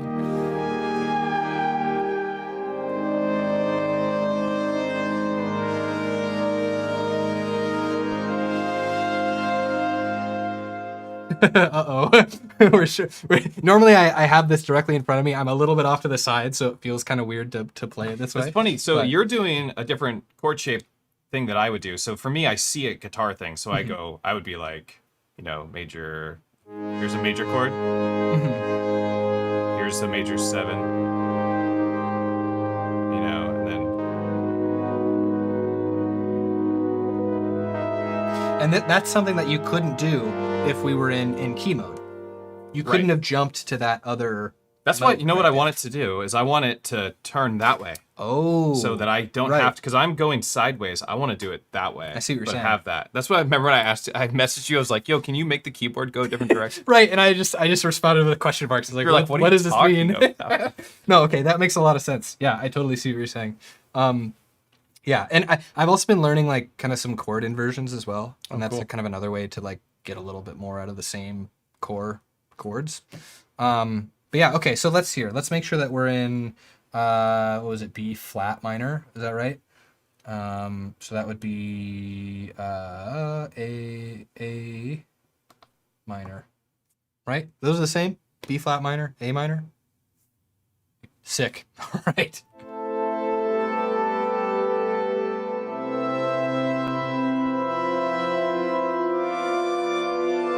Okay, cool. Let's go back to this guy. Let's make sure that this is also in the same. Perfect. Okay. I'm going to hit play and then kind of similar to before. Again, like I rely on the capture button so much. Oh, so, yeah. I'm going to have to do the same. Before we get into it, I'm going to duplicate the drums here. Selecting the first one, I'm going to go ahead and I'm just going to remove a bunch of these notes. There is a faster way to do this if you jump over to the... Well, let's see if this works. I've been trying to get this to work. If you hit the delete button, it deletes the whole clip. It should just delete whatever is selected, in my opinion. I agree. Right? Say you want to just delete these notes. I don't want to delete the clip. I just want to get rid of those notes. That's another thing that would be very, very handy if they updated, because otherwise it's a bit of a process to go through and like kind of subtractively create. Well, couldn't you have highlighted the notes and then... Oh, actually, yeah. And then deleted them in the... Right? Like in the clip view. Because you were able to adjust them and do all that. Why couldn't you just delete them? Okay, if we go into edit... Yeah, and then highlight a bunch of notes. See, this jumps you out of edit mode. I'm kind of confused by that. But will it let us delete the notes? Because if it let you highlight them and select them... If you highlight them individually like this is what I was kind of talking about when I said that like there's some things in the clip editor that just don't really make sense. Okay. Like you have to go through and individually select each one of these. And then with those selected, if you hit delete, it deletes them. There's not a fast way to just select a whole row. Well, there is. You do it this way. But there isn't a way to select a whole row and then delete them. There isn't a way to select a whole row, and once you've selected the whole row, you can't go into edit mode with them selected? No. Yeah. There are some quirks here. Like, it's got half of it down, right? You can do that. Actually, it's got the whole thing down. It just doesn't put them together. You can do this half, and you can do this half, but you can't do them together. Okay. So got it. Little silly, but no, they do need to fix that because that's the thing. It would just make it going faster a little more easy to go. It would make faster go faster. It would make faster go faster. Okay. And that's specifically if you're doing kind of subtractive arrangement, where you build a full pattern and then you duplicate it and pull things out. Well, maybe you're just pulling things out just because you want another chance at making a variation. Yeah. That's the reason why you would do it as well. We're moving things. We're more like, I just want to change it, so I want those notes gone so I can put a new pattern in. Right. You know. Right. And this is one of those things where like if you are aware of that limitation, then you just change your workflow to be additive instead of subtractive. So like I put down a kick and a snare, right? I've got a clip going. Yeah, maybe you duplicate keep the clip. That clip. Duplicate the clip. And then in the second clip, then you start adding more stuff. Then you duplicate that again. In the next clip, you start adding more stuff. Okay. And so that way, that would be the that way it's really fast. Okay, yeah. But if you already have a full clip and you're trying to pare it down and make like a B part or a section that's like missing a couple elements, but still has the like feel of the original clip, it's a bit of a process to do. Got it. Okay. So cool. Okay. So for example, we've got these two clips. This one has more hi-hats. This one has fewer hi-hats. What I'm going to do is I'm going to move both of these guys down. So now they're here and here. I basically just duplicated them again. Oh, okay. But I just scooted them down and I deleted the first one. Okay. Because you can't actually move them around. Yeah, there's no move. It's just duplicate. Got it. And actually I'm sorry to be griping one more time, but there's no way to copy and paste devices. But you can move them around in the You chain. can move their position in a chain. Okay. You cannot duplicate a device. So, for instance, we have a reverb selected, and if I hit duplicate, it just goes into the menu system for reverb. Rather than you copying it and wanting to place that same reverb on another instrument. Yeah, and if you hold duplicate and tap it, it does the same thing. Because the paradigm that they use here is you hold down duplicate, you press the thing that you want to duplicate, and then you press again where you want to put the copy. Got it. And it gets really annoying. Like if I'm sitting in my hammock and I'm making a beat, right? And say I have like a really nice like saturation setting that I've dialed in. There's no way for me to like copy that and paste that on another track. The way you do that is you have to save that to your user library, and then you can go load that on the other track. Okay. So it's a little finicky. Got it. You can do it, but it's a little silly. This is one of the big reasons why I still have it connected to my computer all the time. Yeah. Because then I can just go copy paste on my computer. I mean, you have no problem with that. I'm the one who's got gripes with using the computer. Like, well, if there's opportunities for me to do something faster away from the computer, you're gonna take it. I would love that. Yeah. I agree. Yeah. So I'm totally on board. It's not a necessity to me, but it's a very nice to have. Gotcha. So yeah. Okay. Let's continue our banger. All right. So we got these two banger clips.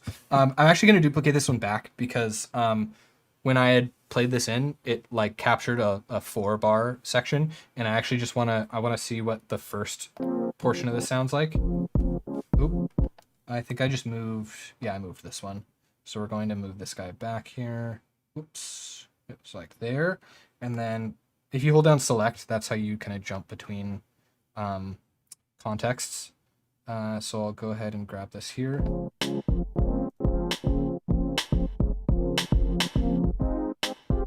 And then I'm gonna grab a couple of these snares. These guys are going to be like 30% probability. Do you use the probability a lot? I don't.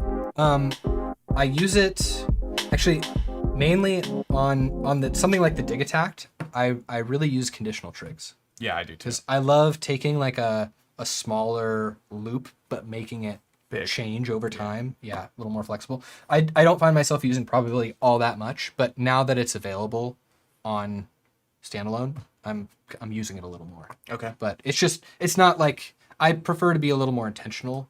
Yeah. About it, and it's totally cool to use probability. It's just not how I write. For sure. So okay, so we have this again, similar to the like kind of duplicating problem, I don't think there's a way to duplicate sections of a clip into another clip. So like notes from one clip into another clip. So what I'm going to do here is I'm just going to go to the computer super quick. I'm going to grab, I'm actually going to move these guys down again. So I'm gonna run to the bathroom. Yeah, go for it. I'm going to grab the hats from this clip right here. I'm going to copy them and I'm going to put them in another version of this guy. So that way we've kind of got like two flavors of the same drum loop. I'm going to get rid of these snares that I accidentally copied over as well. Jump back here.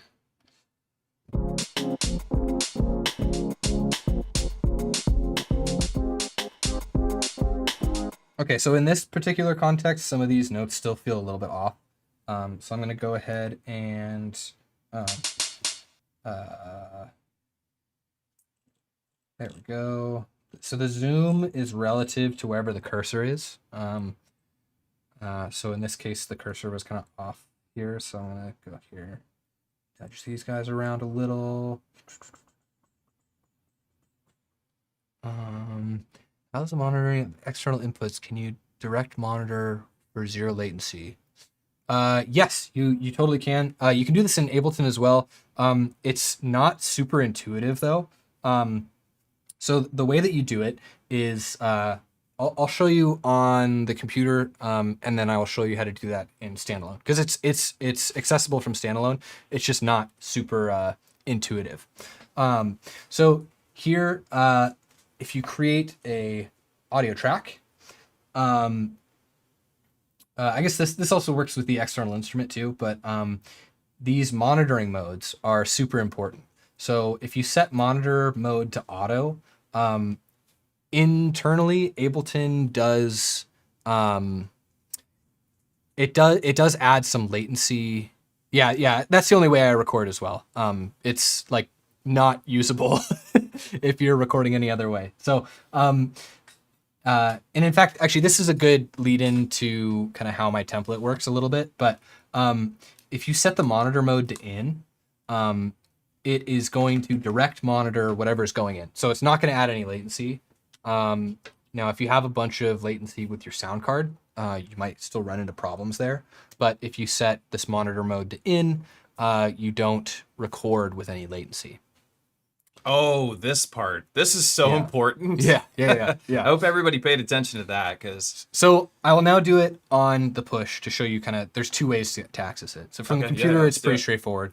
On here, if you go to the mixer, there's volumes, pans, and sends. If you tap the mixer button again, it gets you to this other view where you can see just the settings for the particular track, as well as the inputs and outputs. So here, you can set the inputs and you can set your monitoring mode like this.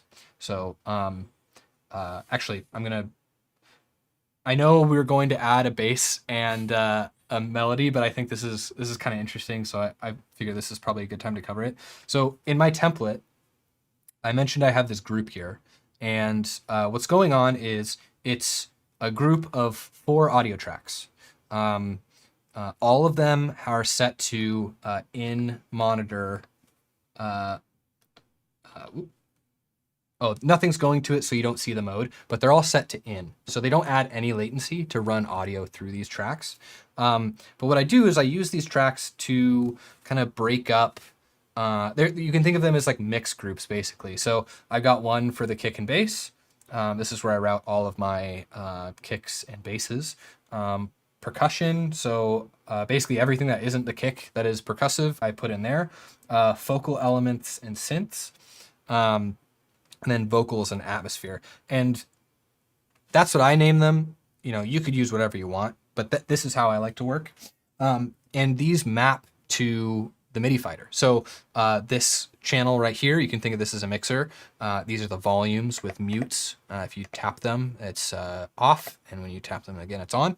And then the volume right here. So if I jump to the mix view, you can see I have a volume control as well as send control for A and for B. Tape Pusher is saying you set monitor to in. You believe you meant to say monitor to off?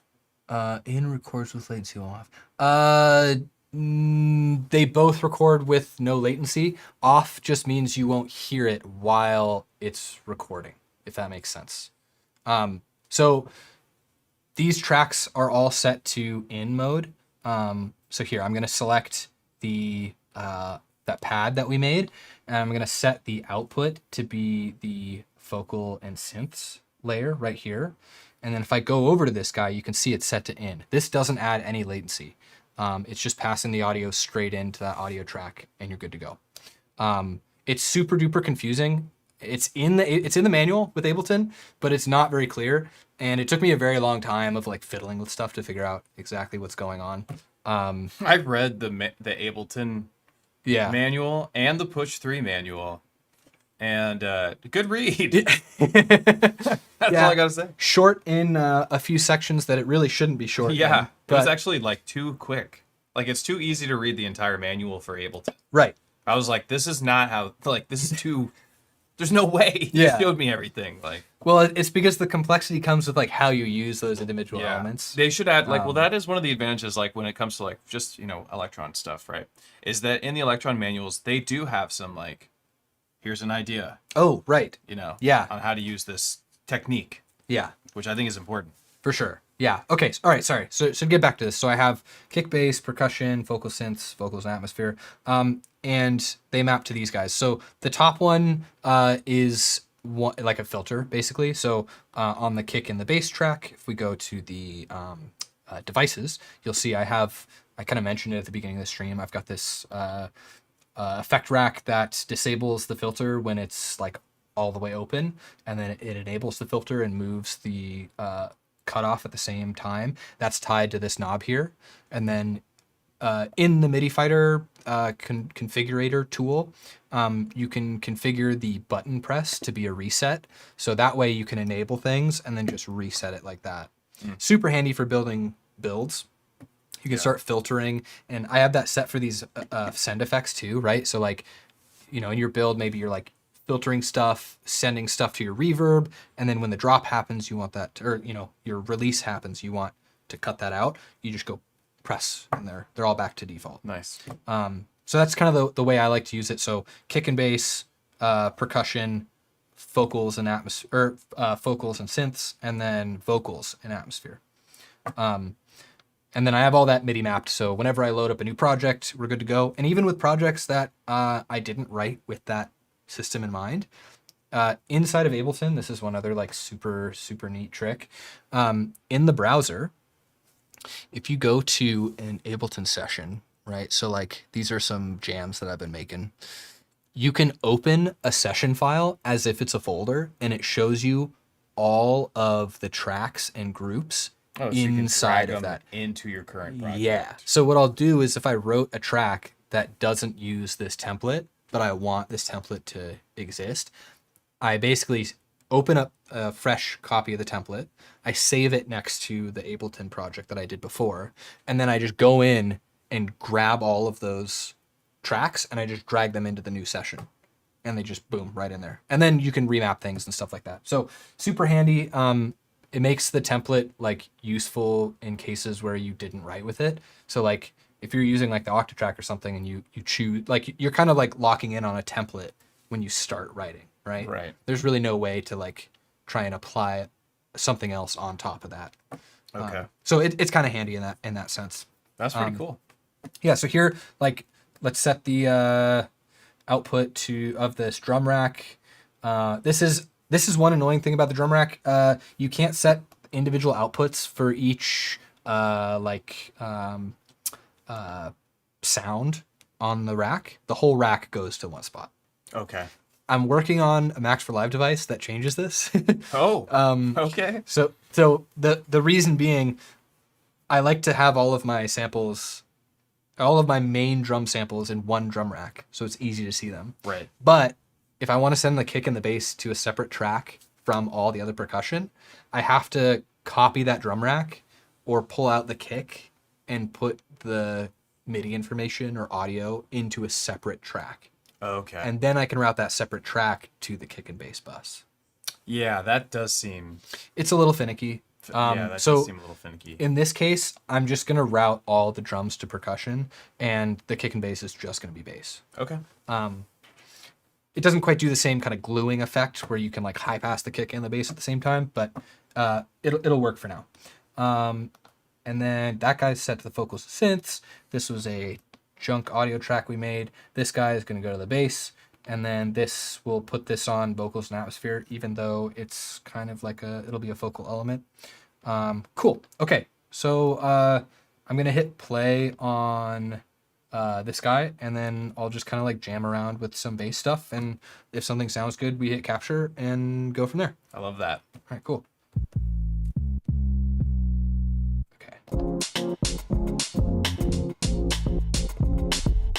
It's gonna take a second for me to kind of like play around with it. Yeah. You got to get in the groove.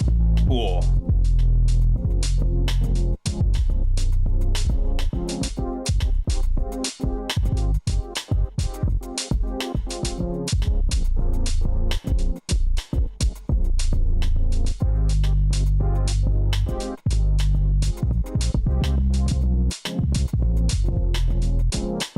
Here's another thing. So on the sampler or simpler device, by default, it doesn't do slides the same way that like a synth MPE device would do, where like if you press a note, it actually, okay, wait a second. It is working. It just did that. Yeah.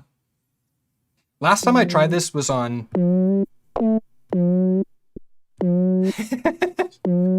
It has like because it's Yeah, it's a short sample. Yeah. Okay. All right. So I guess it does do that. On a previous version, it might have been one of the beta versions. I'm still on a beta version right now, but it's the latest one. On previous versions, it wasn't doing that by default. So there were some quirky workarounds to like get it to do that. You'd have to go to the computer and like change a couple settings. We hate that. We don't like that. No, we don't like that. We want it to be as standalone as possible. Yeah, absolutely. So it does do that now, which is really cool. Let's see.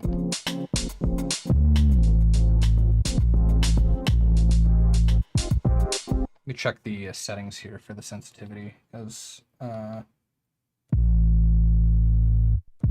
going to turn the tune up a little bit, or the width, so that way we're a little bit more accurate.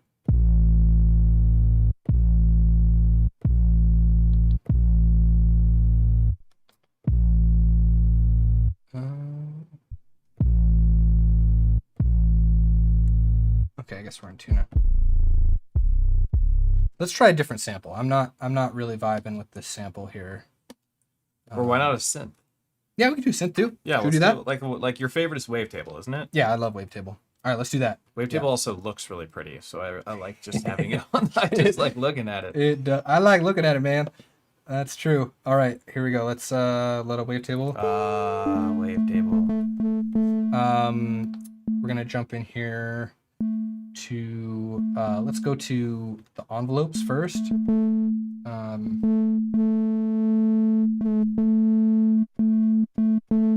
There we go.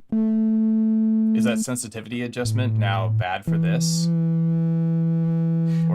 So what I did here is I widened the range that it's gonna stay in tune. Oh, got it. So that way it's a little bit more easier. Consistent. Yeah. Got it. And one of the other options here, so you can set it to pad where like it's like that range is literally relative to the middle of the pad.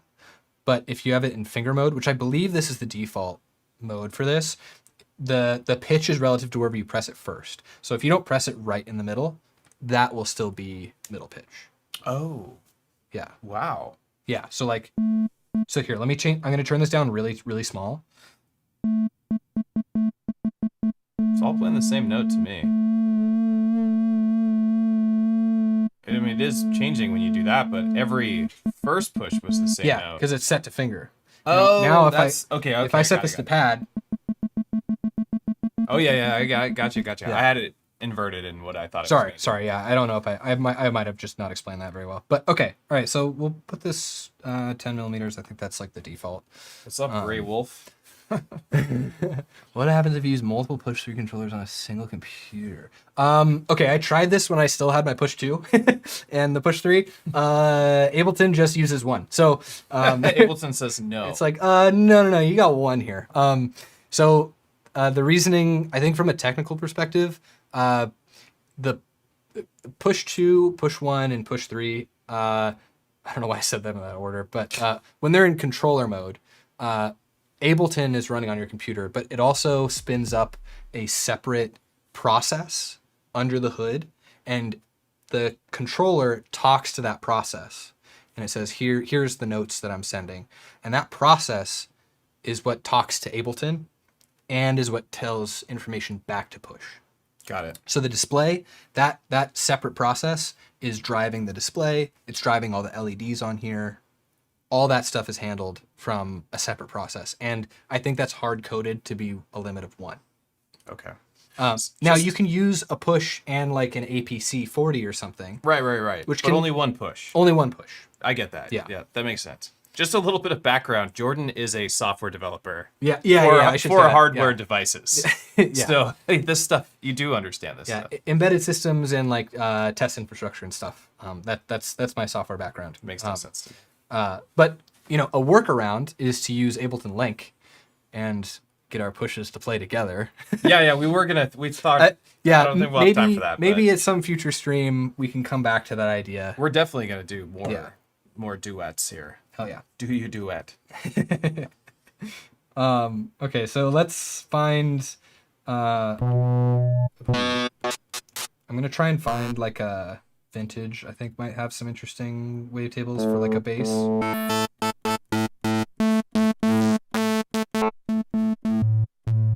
Oh, there we go.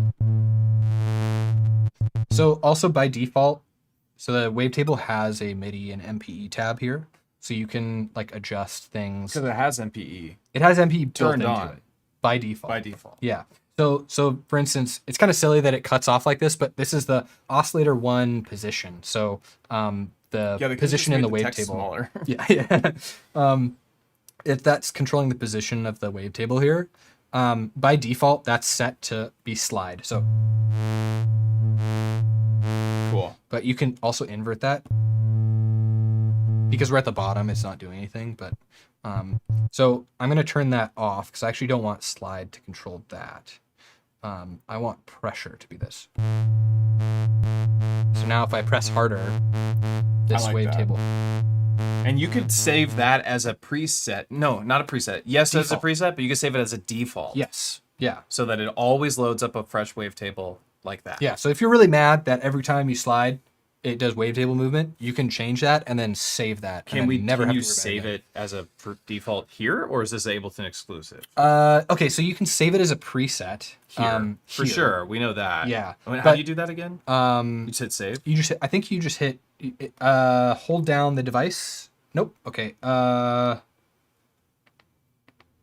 got this working the other day. It may be because we're in controller mode. It might be operating a little bit differently. But I believe what in actually here on your device, because you're in standalone, right? Just go ahead and create like a new. Oh, perfect. Okay, hold down the drum rack and try and save that.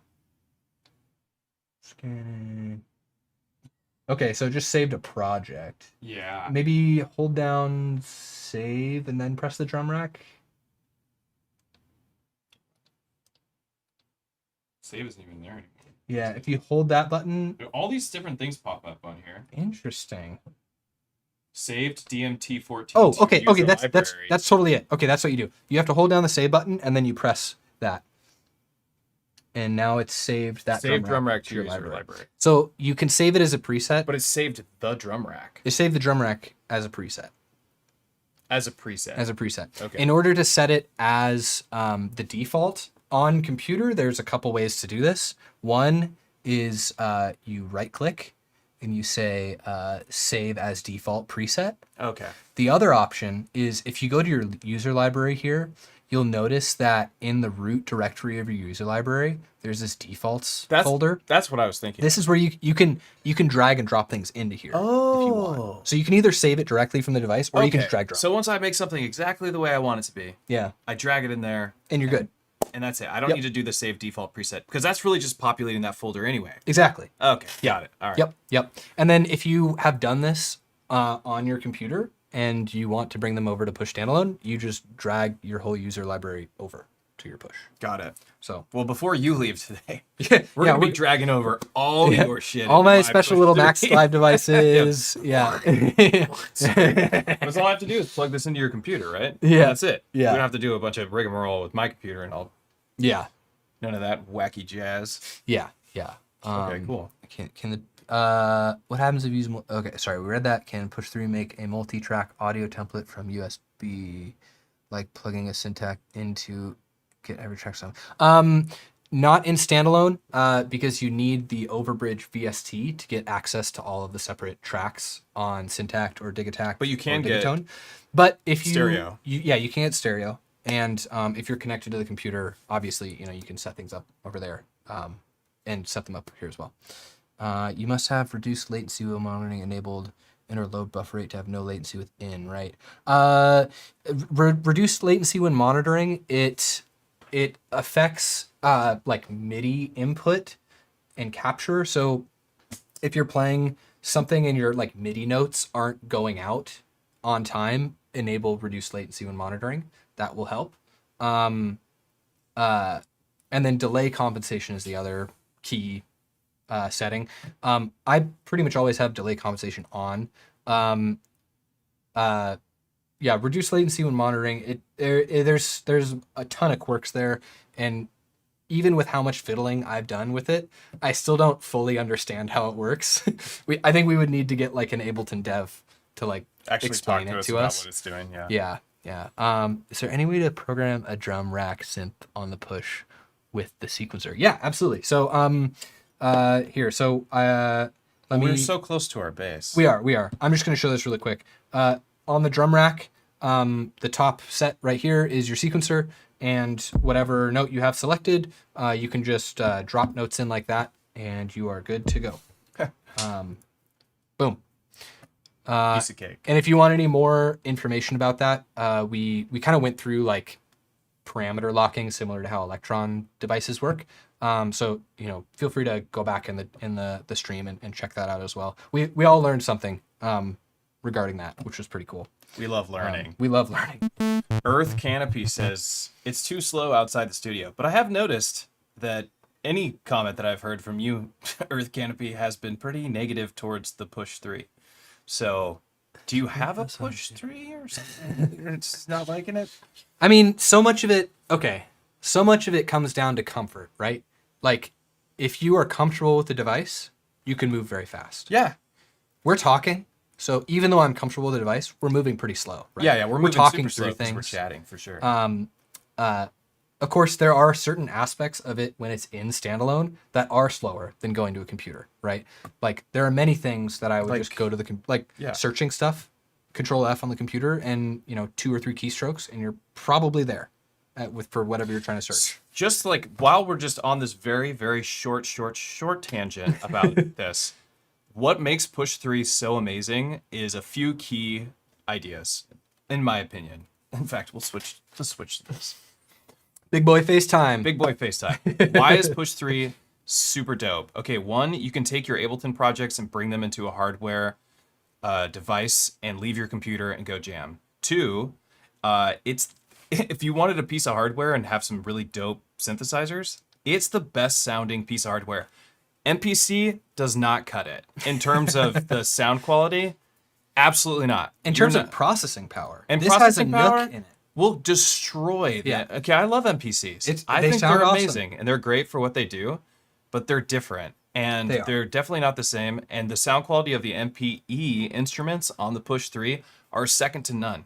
It is the best sounding synthesizer, hardware or not, software or not, in my studio besides my Prophet 5. Yeah. Okay, and that thing's hard to beat. So there is not a device out there right now that can compete with the Push 3 and its sound quality and feature quality, being that it can integrate into Ableton. Yeah. Straight up. Specifically for a hardware situation. In terms of, is it the right device for you as a user and your workflow and what you like to do? No, currently it doesn't work in my personal workflow, and I'm trying to learn it so I can integrate it. And I think, I'm going to get there. I'm not there yet. I'm still like, what do I do with it? Where's it fit into my life? Yeah. Kind of situation. I think it's super dope, and Yeah. it is the best sounding thing. I've been sampling it into my Electron, Right. which is what I found it it's everything. Like the Octatrack, for instance, doesn't have to be a performance mixer, doesn't have to be a sampler. Right. It can be one of those things. Push 3 doesn't have to be your workstation. Right. It can be your synthesizer. Right. It can be your sampler, like that. Yeah. Anyway, just I know I'm not negative, not downwards. Standalone is still a special case, right? Like, I consider myself pretty fluent with the Push. I've been using it for a long time. I've been using Push 2 for a long time, and I still don't think standalone is there 100%, even for me, right? Which is why I have my laptop connected right here. And I take this thing to go make beats in my hammock.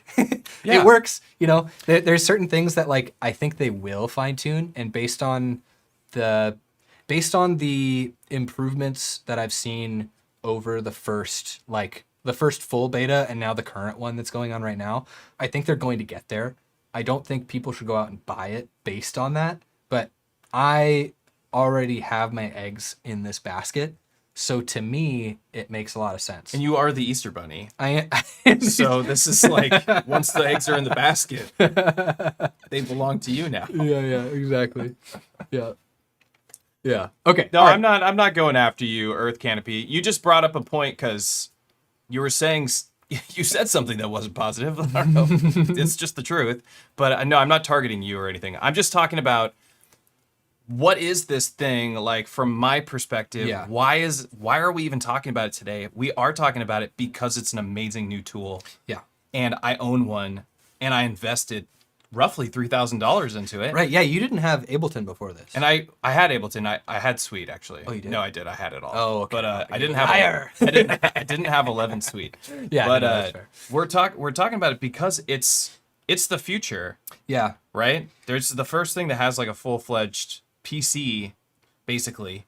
Yeah. Inside of it, and like I do these DAW-less basically. I don't really like that term, but the truth is that I put on these live events monthly, and they are DAW-less. They are. You're not allowed to use a DAW. Yeah. I've played with the Digitact and an Octatrack, but as soon as this came out, my first question to Matt was like, "Hey, like, does this count?" Yeah, can we play shows with this? And Jay Hosking did come. He came in from Canada, and he played one of the Modbang events, and he played with the Push 3. Yeah. And it sounded amazing. He did have the Push 3 did crash. Yeah. But that was also like, was he on the beta at that point, or was I don't he know. using- I think that was early on. Yeah. It's gotten better, but it's still there's goofs. Look, there's goofs, there's gaps, there's a couple silly quirks here and there. But I think that's really the same with anything. It is. I've had my Octatrack crash Yeah. a lot. Yeah, but also the Octatrack it's a more mature product. It's gone through a bunch of firmware 11 updates. years, yeah. It's been out for 11 years. Yeah. Like this thing, they're still figuring out kind of like what makes sense in standalone mode. And from an effort perspective, like them trying to all of a sudden make every single like feature that's in the laptop available on push is a monstrous task. Yeah, because Like- Ableton's incredibly huge. And the previous pushes didn't have those features to begin with, Right. right? So they would be like, on top of figuring out how to get able to run on Linux, how to get it to be in a form factor that still makes sense, powerful enough to still operate and be functional. And be able to. And then all of a sudden, all these other kind of UI additions. I get why it's taking a while. It's a little silly that you might be releasing a product that isn't fully featured like that quite yet. But that's where we're at. So everything else crashes. It's life. Yeah, exactly. Everything is nothing's permanent. So that's my take. Nothing's permanent. Nothing's permanent. You're gonna die. Your Octatrack, it's gonna break. Your definitely push, gonna break. it's gonna break for Hopefully sure. your Octatrack doesn't break. I think your push is gonna break before your Octatrack's gonna break. Maybe. It's got more components to break. Yeah, Saltman, no, I have not had my Octatrack do that. Sadly. Depowering For you, I after- guess. Oh No, I my haven't. gosh. That sounds pretty terrible. But Oh, don't know what that would even mean. that's brutal.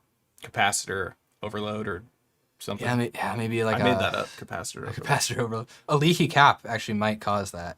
Because some of them are like they have fluid inside of them. Oh. And so if the capacitor like the seal breaks and it like fluid leaks out, it's Oh. like not gonna function electronically. And then it will never as well. function regularly Yeah, until you and- get a new one. And sometimes that liquid it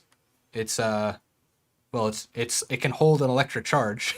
If that liquid spills over onto some traces on a PCB, and if it shorts those traces, then all of a Destroy sudden everything. you can just totally fry your stuff. That Yeah. sounds awesome. I hope that Yeah. doesn't happen. Uh-oh. I shouldn't have brought that up. Sorry. Let's finish this banger. I asked about sequencing the push 3 from the OT. It's because I was wondering if it could work as a replacement for the Digitact assembly. In theory, yes. I personally think the Digitact is still a little bit more like immediate in terms of like sequencing stuff. Because for here, like you have to jump to the like note view for the drum rack, whereas you might want to be doing other things on other tracks. Whereas on the Digitact, you're like it's all right there all the time. So personally, I would pair the Digitact with push. Which is what you have been doing. I have been doing that. Yeah. At some point, I'll probably put some stuff out like that. But Yeah. yeah, they both have different pros and cons, and I think push it's a little bit higher level in terms of like performance, if that makes sense. Yeah. The Digitact you can get in really, really quick and fast and just like whip things around and change settings and reload and stuff. Here it's a little different. The flow is just a little different. Both great. He's an OS company. Yeah, absolutely. And I'm sure they'll continue to update it. In fact, they even mentioned that Push 2 is going to be getting some UI updates at some point. So I imagine that whatever features they add for user interface functionality on here are going to end up, the ones that will end up on Push 2, is my assumption. That would be dope. It would be really cool. Okay, let's get back to making this bass sound. Okay, so we got this guy. It's a little bit too bright in my opinion. So I'm going to go over to the filter here. And I'm also going to adjust the oscillator pitch. I'm going to turn this down an octave. It's a little bit finicky. Oh man, because they put cents and semitones all in the same spot. See, this is another example of like where the computer is just a little bit better. Because you can just like set it directly from the computer. We're gonna go with, oh, nailed it. Awesome. Yeah, what's up with that? Is there not like a fine tune knob or snap to position thing? That's what I've been looking for. Yeah, so on the computer you can, if you hold on, like if you use the arrow keys or shift arrow key, you can go by like snap to position, right? semitones or octaves. If you hold down shift and arrow key, it does an entire octave at a go. The shift button, in a lot of situations, it does act as like a fine-tune control, like when you're editing clips. For some reason, it doesn't work that way on like parameters on devices. Yeah, because I'm having trouble like getting back to 0 sometimes. Yeah, it would be really nice if they added that. That's another thing that would be like a workflow improvement. That, like, again, if you're on a push 2 and you always have a computer there, it kind of doesn't matter because you can just, it's fast to do it on the computer. True. So for that reason, they didn't. True. For that reason, they didn't add it to the push 2. But now that push 3 is standalone, now there's all these new kind of edge cases where they're like, oh, actually, you do want to be able to do X from the controller. True. So I think this is another case of that. I'm gonna crank the resonance here a little bit. Let's go back to the envelopes here. I turned the sustain all the way up, but we might not want that actually. Take me to the envelopes. We're gonna do some stuff I normally do here, which is add a saturator and an erosion to bass sounds. I really like that device. It adds. Can't say I know erosion. I know the saturator, but I don't know erosion. All right, this one's cool. So it's got a sine mode where it adds a. So it's like, it sounds like a ring modulator. Kind of, yeah. But you're setting this frequency of the sine wave that you're modulating with. So this can be really helpful for adding is like it amplitude harmonics. modulation? I think it's just.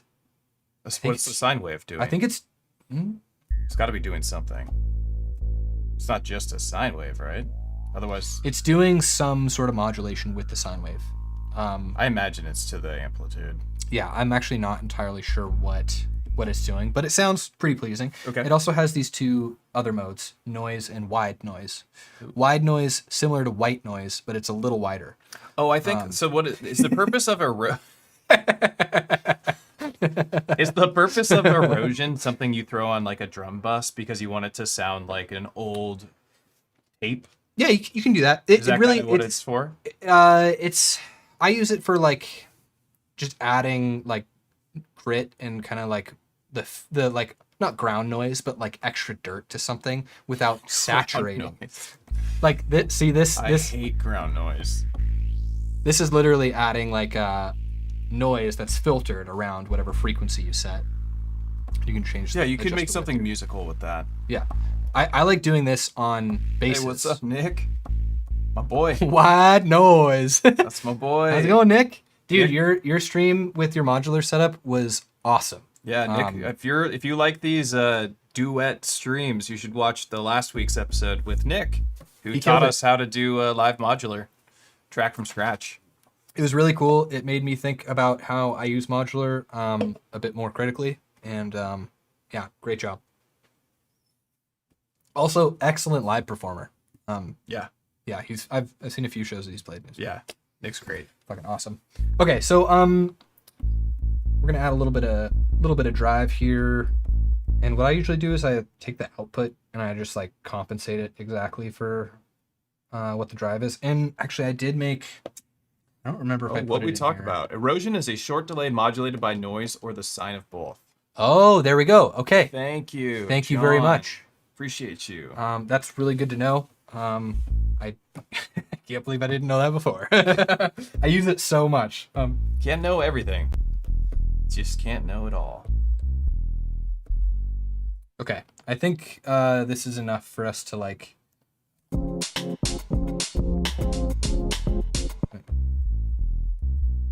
I think it sounds good.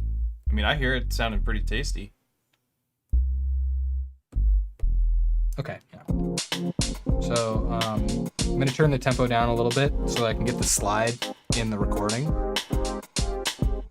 Slide it.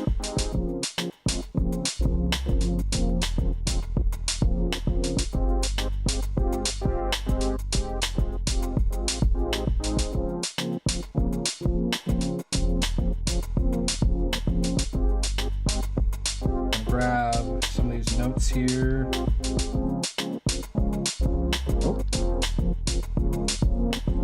Here's a fun bug. If a note is starting outside of the clip, the selector has a really hard time with things. Yeah. I imagine that is going to get addressed, and I think part of it was addressed at one point in one of the updates, but it still happens occasionally. So I'm gonna scroll down a little bit. It's a little finicky to get all this stuff lined up, but I'm just gonna do this for a few notes here. You know, it'd be dope is if Ableton released a expansion for the Push 3 that is just more buttons and knobs. That would be really like cool. Not enough, or even you can buy 2 Push 3s and connect them, and it's just the rest of the screen carries on to the next part, so you don't have to have all this, and you just have more rows of buttons. Oh, that dude, would be really I would cool. totally spend the money. It'd be whack. It would just be this crazy, like, that would be sick. That'd be awesome. Okay, so I think this is sounding pretty decent. Something that I do very often is sidechain. So I'm going to show you very quickly. Pump it up. How to sidechain pump. Let's pump. Sound good? Okay. I'm gonna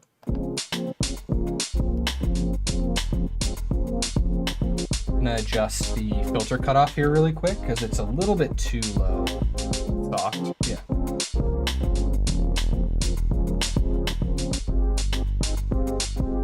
Ooh, one of those notes is not quite right.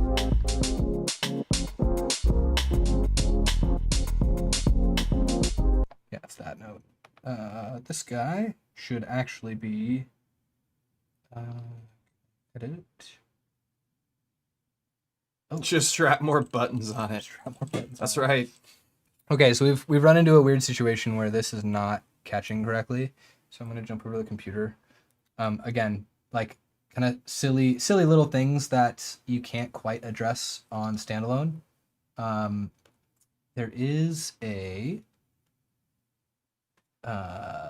not chance. Where is the MPE note expression? Here we go. So here we can actually see all the note expression data. So this is like pitch bends and stuff, and pressure. So the like kind of wiggly line on the top is the pitch. What I'm gonna do here is I'm gonna grab this guy, and I'm gonna play this one more time. But I'm just gonna play the.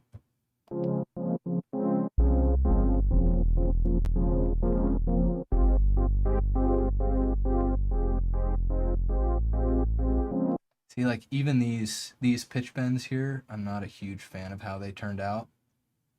Get them out of there. So I'm just gonna delete them. How do you delete automation inside Push 3? I don't think you can. This is another thing that, like, I perform a lot of stuff in, so being able to like adjust things is super important to me. So having the clip edit where you can adjust the timings of notes and stuff like that is super awesome. But I don't think there is a way to do it with MPE data. Okay. So you kind of just have to like get it right the first time. Okay. That is what it is, I guess. Yeah. So for the time being, we're gonna have to do it this way. We're just gonna make this a little simpler.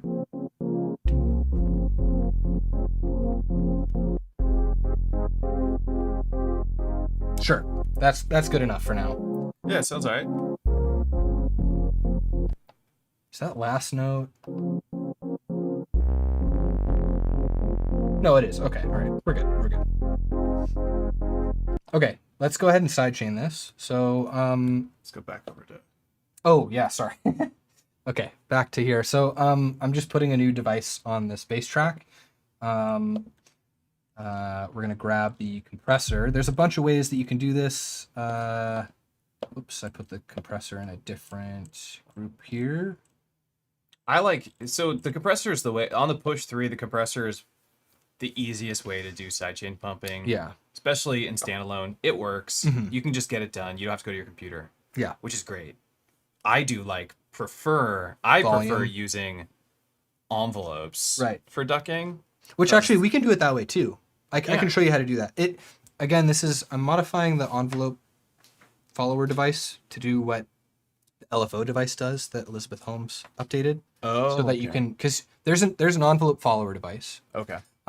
It doesn't have the ability to control the mapping from push. That's what I'm talking about. So Yeah. it's like, that's why the compressor is my go-to. Right. Because I can't do that. Otherwise, I would use an envelope follower. Mhm.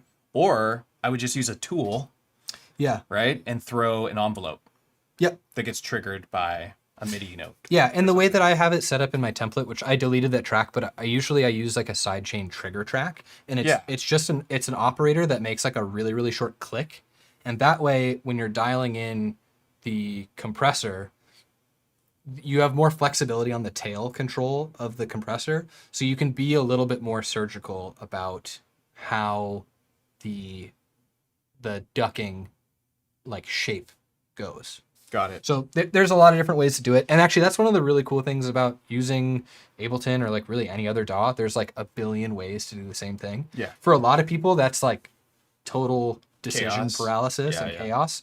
And I get it. But like, flip the roles. That's how I feel about the Octatrack a lot. There's so many things it can do that when I go to sit down to do something, I'm like, well, shit, how do I do it? Because it's like, I could do it this many ways. Like, you could take one track and like and parameter lock a bunch of samples. That is what I love about the Octatrack. That is what I love about Gear. Yeah. That's what I love about the tracker. Right. You know what I mean? Like, or like the M8, Yeah. the Polyend tracker. And it These, comes like, with you fluency. Get, Like I am very fluent with Ableton with a push. So for me, those options aren't scary. I know what the pros and cons are. No, you're stoked about most of them. You're excited So it's about like, their oh, options. I want to do this, but there's this one situation where like doing it this other way would be more effective. So Yeah. I already know that, and for me, that makes it fun and exciting. I'm so scared about it. Oh, me holding the You're coffee. just I'm talking with that wiggling. coffee. I was like, is this gonna go? For it? Which, speaking of which, Deck Saver, end of this month, the Push 3 Deck Savers are going to be available for purchase. I have been spam emailing them for 3 months, and finally they responded to me. They're like, dude, stop emailing us. This is true. They really responded telling him to stop because he wanted a Deck Saver so bad. Also, mixing tools. Yeah. I believe they're called Mixing Table. I think it's Mixing Table. They made a Push 3 stand. Oh, that's made of wood. Neat. That you can get. That's really cool. And we're making a Push 3 stand. We are. We're making some risers. We're making a Push 3 riser to lift it off the table. Yeah. So you can hide some stuff underneath it. In fact, you can't see it. My laptop's off to the side over here, but it's sitting on the IntelliGel palette risers right now. Yeah. Wait, do I have any of the new balance? Oh, we'll talk about that later. Yeah, we got some sweet stuff going. Okay. You could essentially do this on a phone, though. Am I right? Do what on a phone? Like sketch a beat? Absolutely. MPE? No. Yeah, what's cool, like the whole... Yeah, you bringing up the phone thing, I did realize, like, Ableton Note on the phone to your Ableton project, drag that into Push 3. They've made a really cool ecosystem. You can start a track on the bus and then get it into your Push 3 and, like, then go standalone on the Push 3. Yeah. Which is pretty sick. Yeah. Absolutely. Yep. Okay. Cannot run plugins. That is correct. No plugins, just native devices. And Max for live devices. That's kind of that's the catch-all there. Like, and Max devices. So like in theory, if there's a Max device that fills a certain niche role, for example, the Force stuff. I purchased Opal, and included in that there's the Opal device, but then there's also individual instrument devices for the different I've got them voice all types. in here too. Yeah, and they all work on standalone, and all of the features are available except via for push. the sequencer. Yeah, the Opal sequencer does Which work. is like the best part of the Opal device. Yeah. But the instruments are really dope too. But, just like with any other device, you can parameter lock settings in the step sequencer in Oh, Ableton. it's all available. So in a way, you don't really need the Opal sequencer. I should use more of the Opal. I should make my template have all the Force devices. Yeah, absolutely. Yeah, because in a sense, you don't need the sequencer that Force made now that you can parameter lock things, if that makes sense. I love parameter locking. Okay, we got our Agreed. baseline. Okay, we have got a that. baseline. We were gonna put a lead in. We were.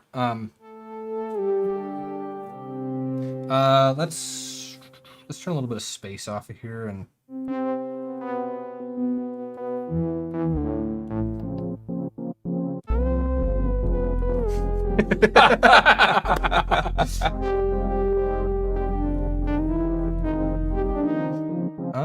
The scale's not right. Yeah, it is not right. I set this to A minor, and this is B flat minor. I'm gonna chuck a tuner device on here and make sure that this is in tune. It would be kind of silly if it wasn't, but just a little sanity check. Yep.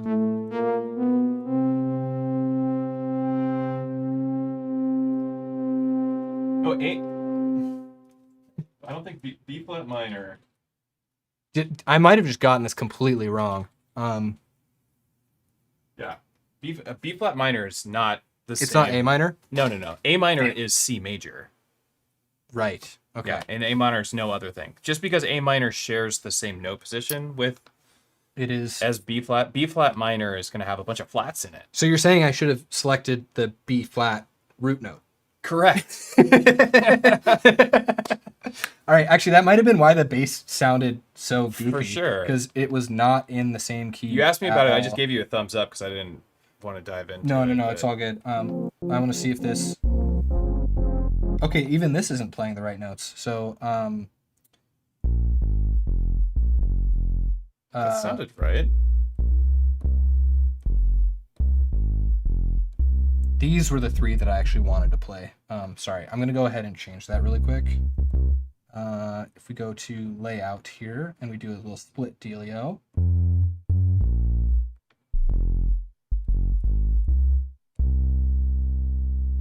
So this guy. This guy. Oh, the little zoom in. Zzz. Really makes you feel like you're in the future of music technology when it does stuff like Yeah, that. this is really interesting. Okay, so there's something kind of odd going on here. I think there's still some quirks with the way that the sequencer works. If I jump over to the full sequencer and we try and find, here we go. There isn't a way to adjust this up or down. So I'm actually just going to delete that note and adjust the length here. I'm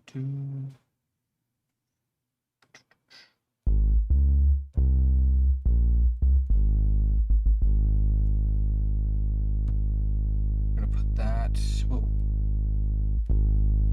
there. And I think this is going to be there and then. Cool. Perfect. Yeah. Okay. All right. All right. We're in key. We're not going crazy here. Okay. We're gonna jump back to that mode. Some of the glidiness is This still a little. MPE instrument is too strong. It's 2 MPE. I It agree. is, yeah. Let's go. Sounds. MPE sounds. What about like a string? Oh, that's a good idea. Yeah. My dog is what are you doing here? No. Whoa, that's crazy. Oh, I like that. Choir, intimate. Ooh. Very, very intimate. We're gonna give it a sec to load. Oh, Ableton is frozen on my computer. Uh-oh. Do you think it's gonna recover? We're gonna find out. I'm getting a lot of scratchy sounds. I am as well. Maybe pull down the. Can we pull down the volume on the push just so it's not jacking everyone up? Yeah. Let's see if it recovered. Oh, okay. License to use certain protected samples is missing. That's interesting. I think that might have been because my install of Ableton like crashed halfway through updating. Oh. So it might have lost. It might not be like fully working. That's kind of silly. Well, let's throw a lead line down. I don't care what we use. Let's see if this works. Yeah, this sounds good with it.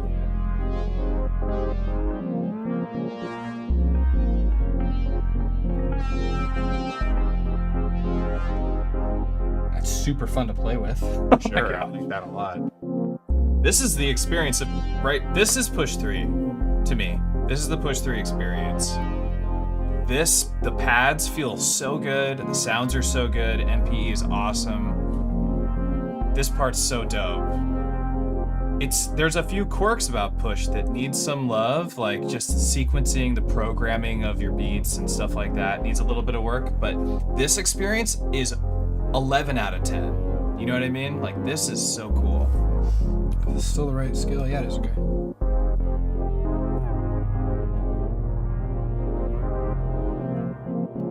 We'll just capture that because I've been noodling on it for a while, right?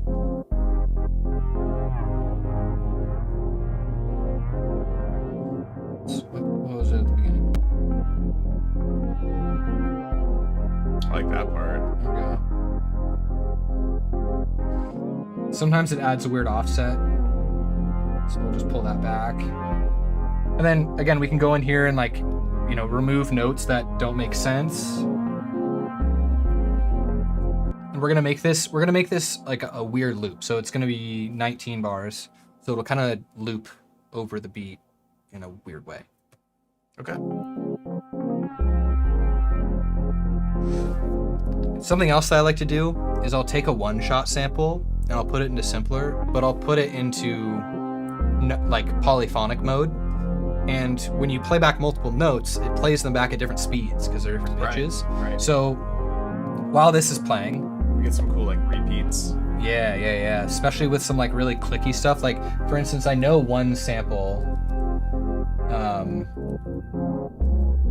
this sample. I use this thing so much that I made a rack that has it already like pitch adjusted and everything. Oh yeah. I like that. And then we'll go here. We're gonna change global to 6, yeah. And then we'll change it to loop.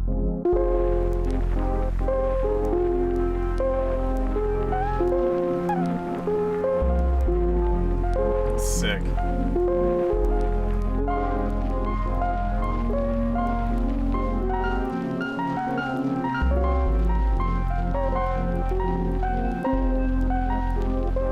There's just one note in there somewhere. I'm just jamming around, but you get the idea. I mean, would you like to play around? Let's get Nat on this. I've been playing it a little long.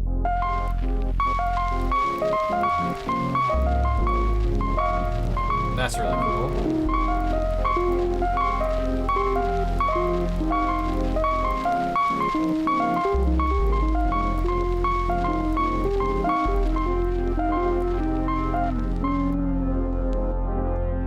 Capture That. So sometimes Right. So those first notes started a long time ago, but I don't even need them. I think that last You like that? That part's the meat and potatoes. Okay, cool. Let's save that. Meat. Meat and taters. All right, so we got that thing going. Oh, there was something else I wanted to do. Oh, yeah. Okay. All right. So we have something else that I like to add in is like texture and like found sounds. So like a field recording of something. But sometimes if you just layer that over, it's like way too present. It's like the only thing that you feel. So this is another reason why I have the laptop open. I'm going to open up a gate device and I'm going to have the found sound be gated to a couple of different things. Okay. All at the same time. So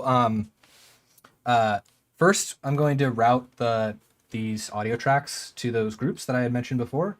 So we have the bass is going to kick and bass. This chord thing is going to that. This guy is now going to the lead as well. So if I play this again,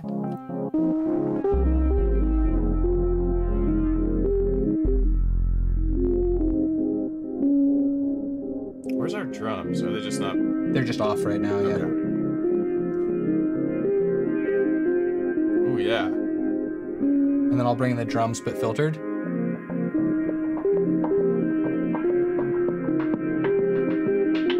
Yeah.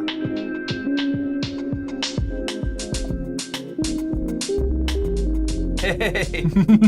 Oh, we were music. We were gonna sidechain the sub. I totally forgot about that. Oh, this sounds good.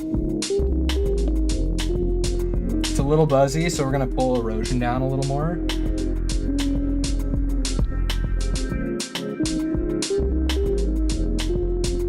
We're gonna back off the sock clip just a little bit.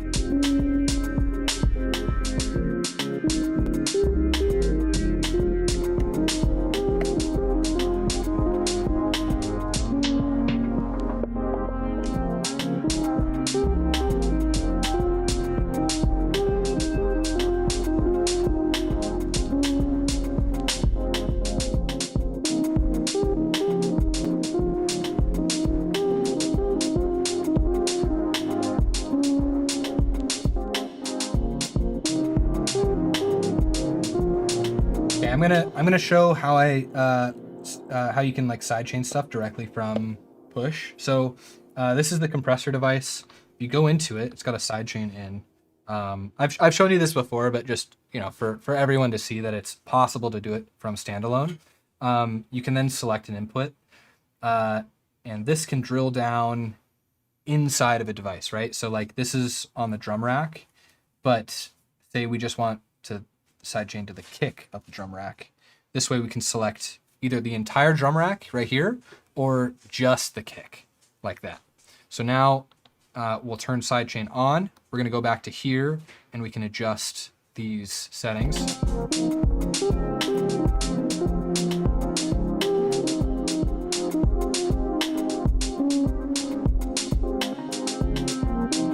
And that kick, I'm gonna beef it up just a little bit. A little bit of beef. A little bit of bird of beef. I really like the drum bus just for the kick. Sounds a little silly, but Kick bus. Kick bus.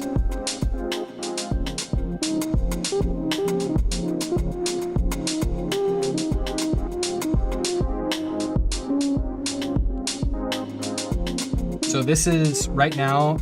Actually, where did that effect go? It went on your whole drum rack. Oh, did it? Oh my gosh. Here. Because it was definitely beefing up those hats. Yeah, they were getting saucy, weren't they? I might have accidentally put it just on the hats. Let's see. Yeah, okay. All right, so if there's a device on like a chain that you don't want it to be on, if you hold it down, you can pull it out. So now it's out of the chain. And then if we go back over to the kick, ooh, we'll put it just on the kick. So now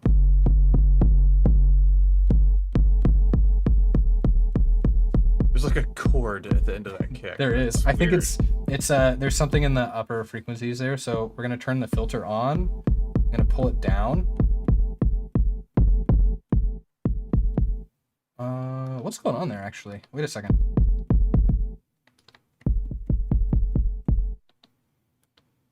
It's like the kick is expanding instead of compressing. Like it's expanding the other source as opposed to. Yeah, I think it's just the tail that's on this. Yeah. So There's I'm like gonna a little synth thing. I don't think it sounds bad. I think we could probably just leave it alone. just gonna clean it up just a little bit. And what I like to do is I'll turn on the filter envelope and just make it like really plucky.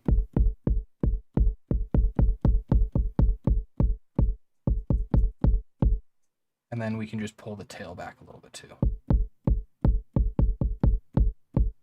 And then, because we lost a lot of low end here, when we put the drum bus back on, we... Ooh. So on the computer, you can, right here, it shows you what the pitch of that boom that you're adding to it, like the low end. And if you click it'll show you plus or minus if it's like not quite on the note. Okay. But if you click that, it will lock it to whatever the nearest note is. So in this case, because we're in B flat, we probably want B flat to be like the boom, right? So I click that right there, and now we're always going to have a B flat, and we can just adjust the decay. And well, that's handy dandy. That's a drum bus feature. That is a drum bus feature. Okay. Yeah, this drum bus is awesome. Yeah, I like soft. That was a nice adjustment you just did.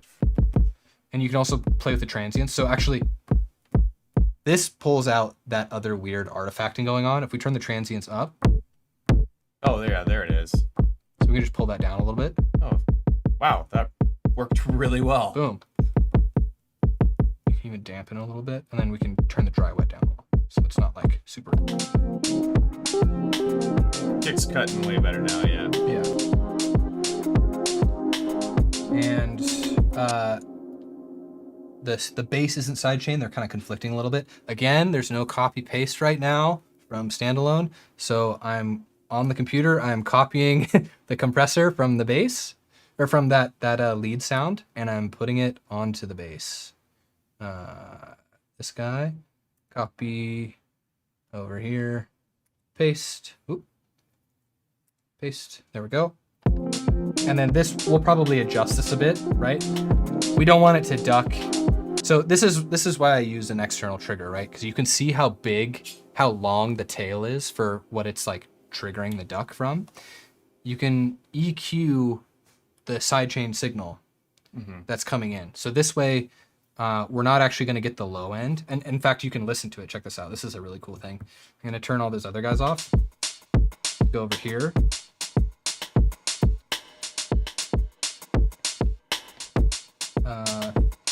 Find mute.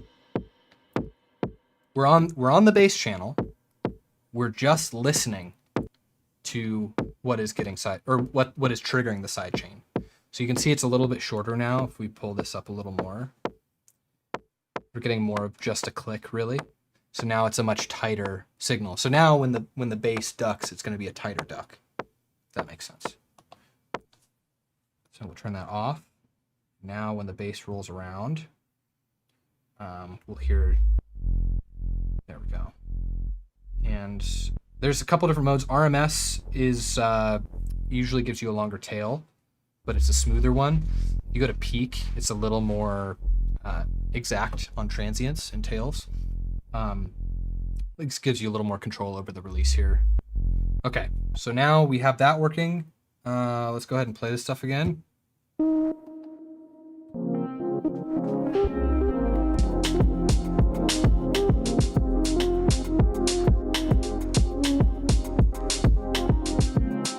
And then last thing, I want to add a little bit of texture, and I'm going to gate that texture to the percussion. So we're going to add an audio track. One of the rare times that I use an audio track in standalone. I guess not standalone, but assuming we were in standalone, this is a case where I would use audio track. We'll go to my user library. I have a whole bunch. The way that you load audio onto audio tracks, you have to go to this session, or the clip view, and then you press the hot swap button. That's the hot swap button. Right. Whoa. That's a track that I resampled, and I wrote it, but I resampled it and broke it down for a finger drumming set. Go to textures. Let's see what's in here. Oh, there's a bunch of weird stuff in there. Let me go to packs I'm not really about, but might need. User library. Here we go. Samples. I don't remember if I put them in. I think I put it in sample packs. These are some sounds that I recorded a long time ago when I was in South Africa. So there's some like weird clicky noises. There's some birds. There's some there's some lion sounds in here. Well, you recorded a lot. Yeah. A lot of sounds. I had a little handheld recorder, and I spend a lot of time recording just like noise in the mornings, little bird sounds and stuff. Let's do this. So This is another good use case for erosion. So I'm going to stop all these guys. I'm just going to play this clip. So first we're going to add an EQ to kind of scoop out some of the lows. Go. Just love this view. The EQ it looks so nice on here. It's so cool. Yeah. Because we're going to be cutting lows there, I'm just going to like add effects before this. So erosion and maybe like a grain delay or something. Grain delay is one of my favorite delays. Because you're a health nut and you love grains. Yeah, because I'm a grains and rice type person. No, because this spray knob, it kind of adds some like weird shifting going on. And then I'm gonna move all these guys before the EQ.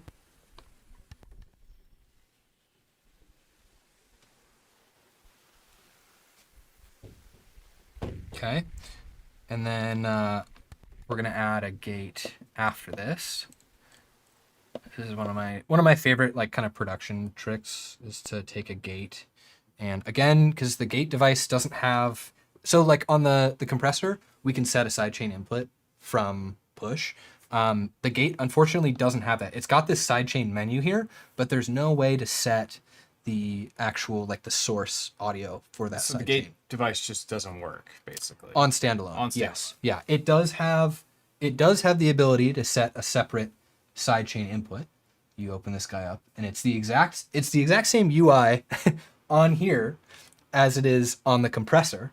Right. But they just didn't expose these parameters on push. They will. They will. Which I'm confident that they will, because this is such like a crucial trick that I use. So we'll just do some like weird settings, maybe like that. So now this is going to be gated to the percussive sounds, and if we want to hear, there we go.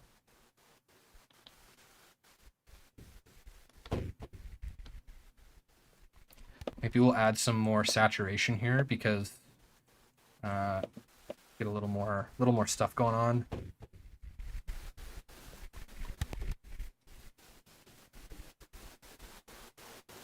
That's cool. I like That's that. a little more texture, There's you know? Just a rhythm to it too. It feels good. It like glues it to the drums. Yeah. Okay. Lovely.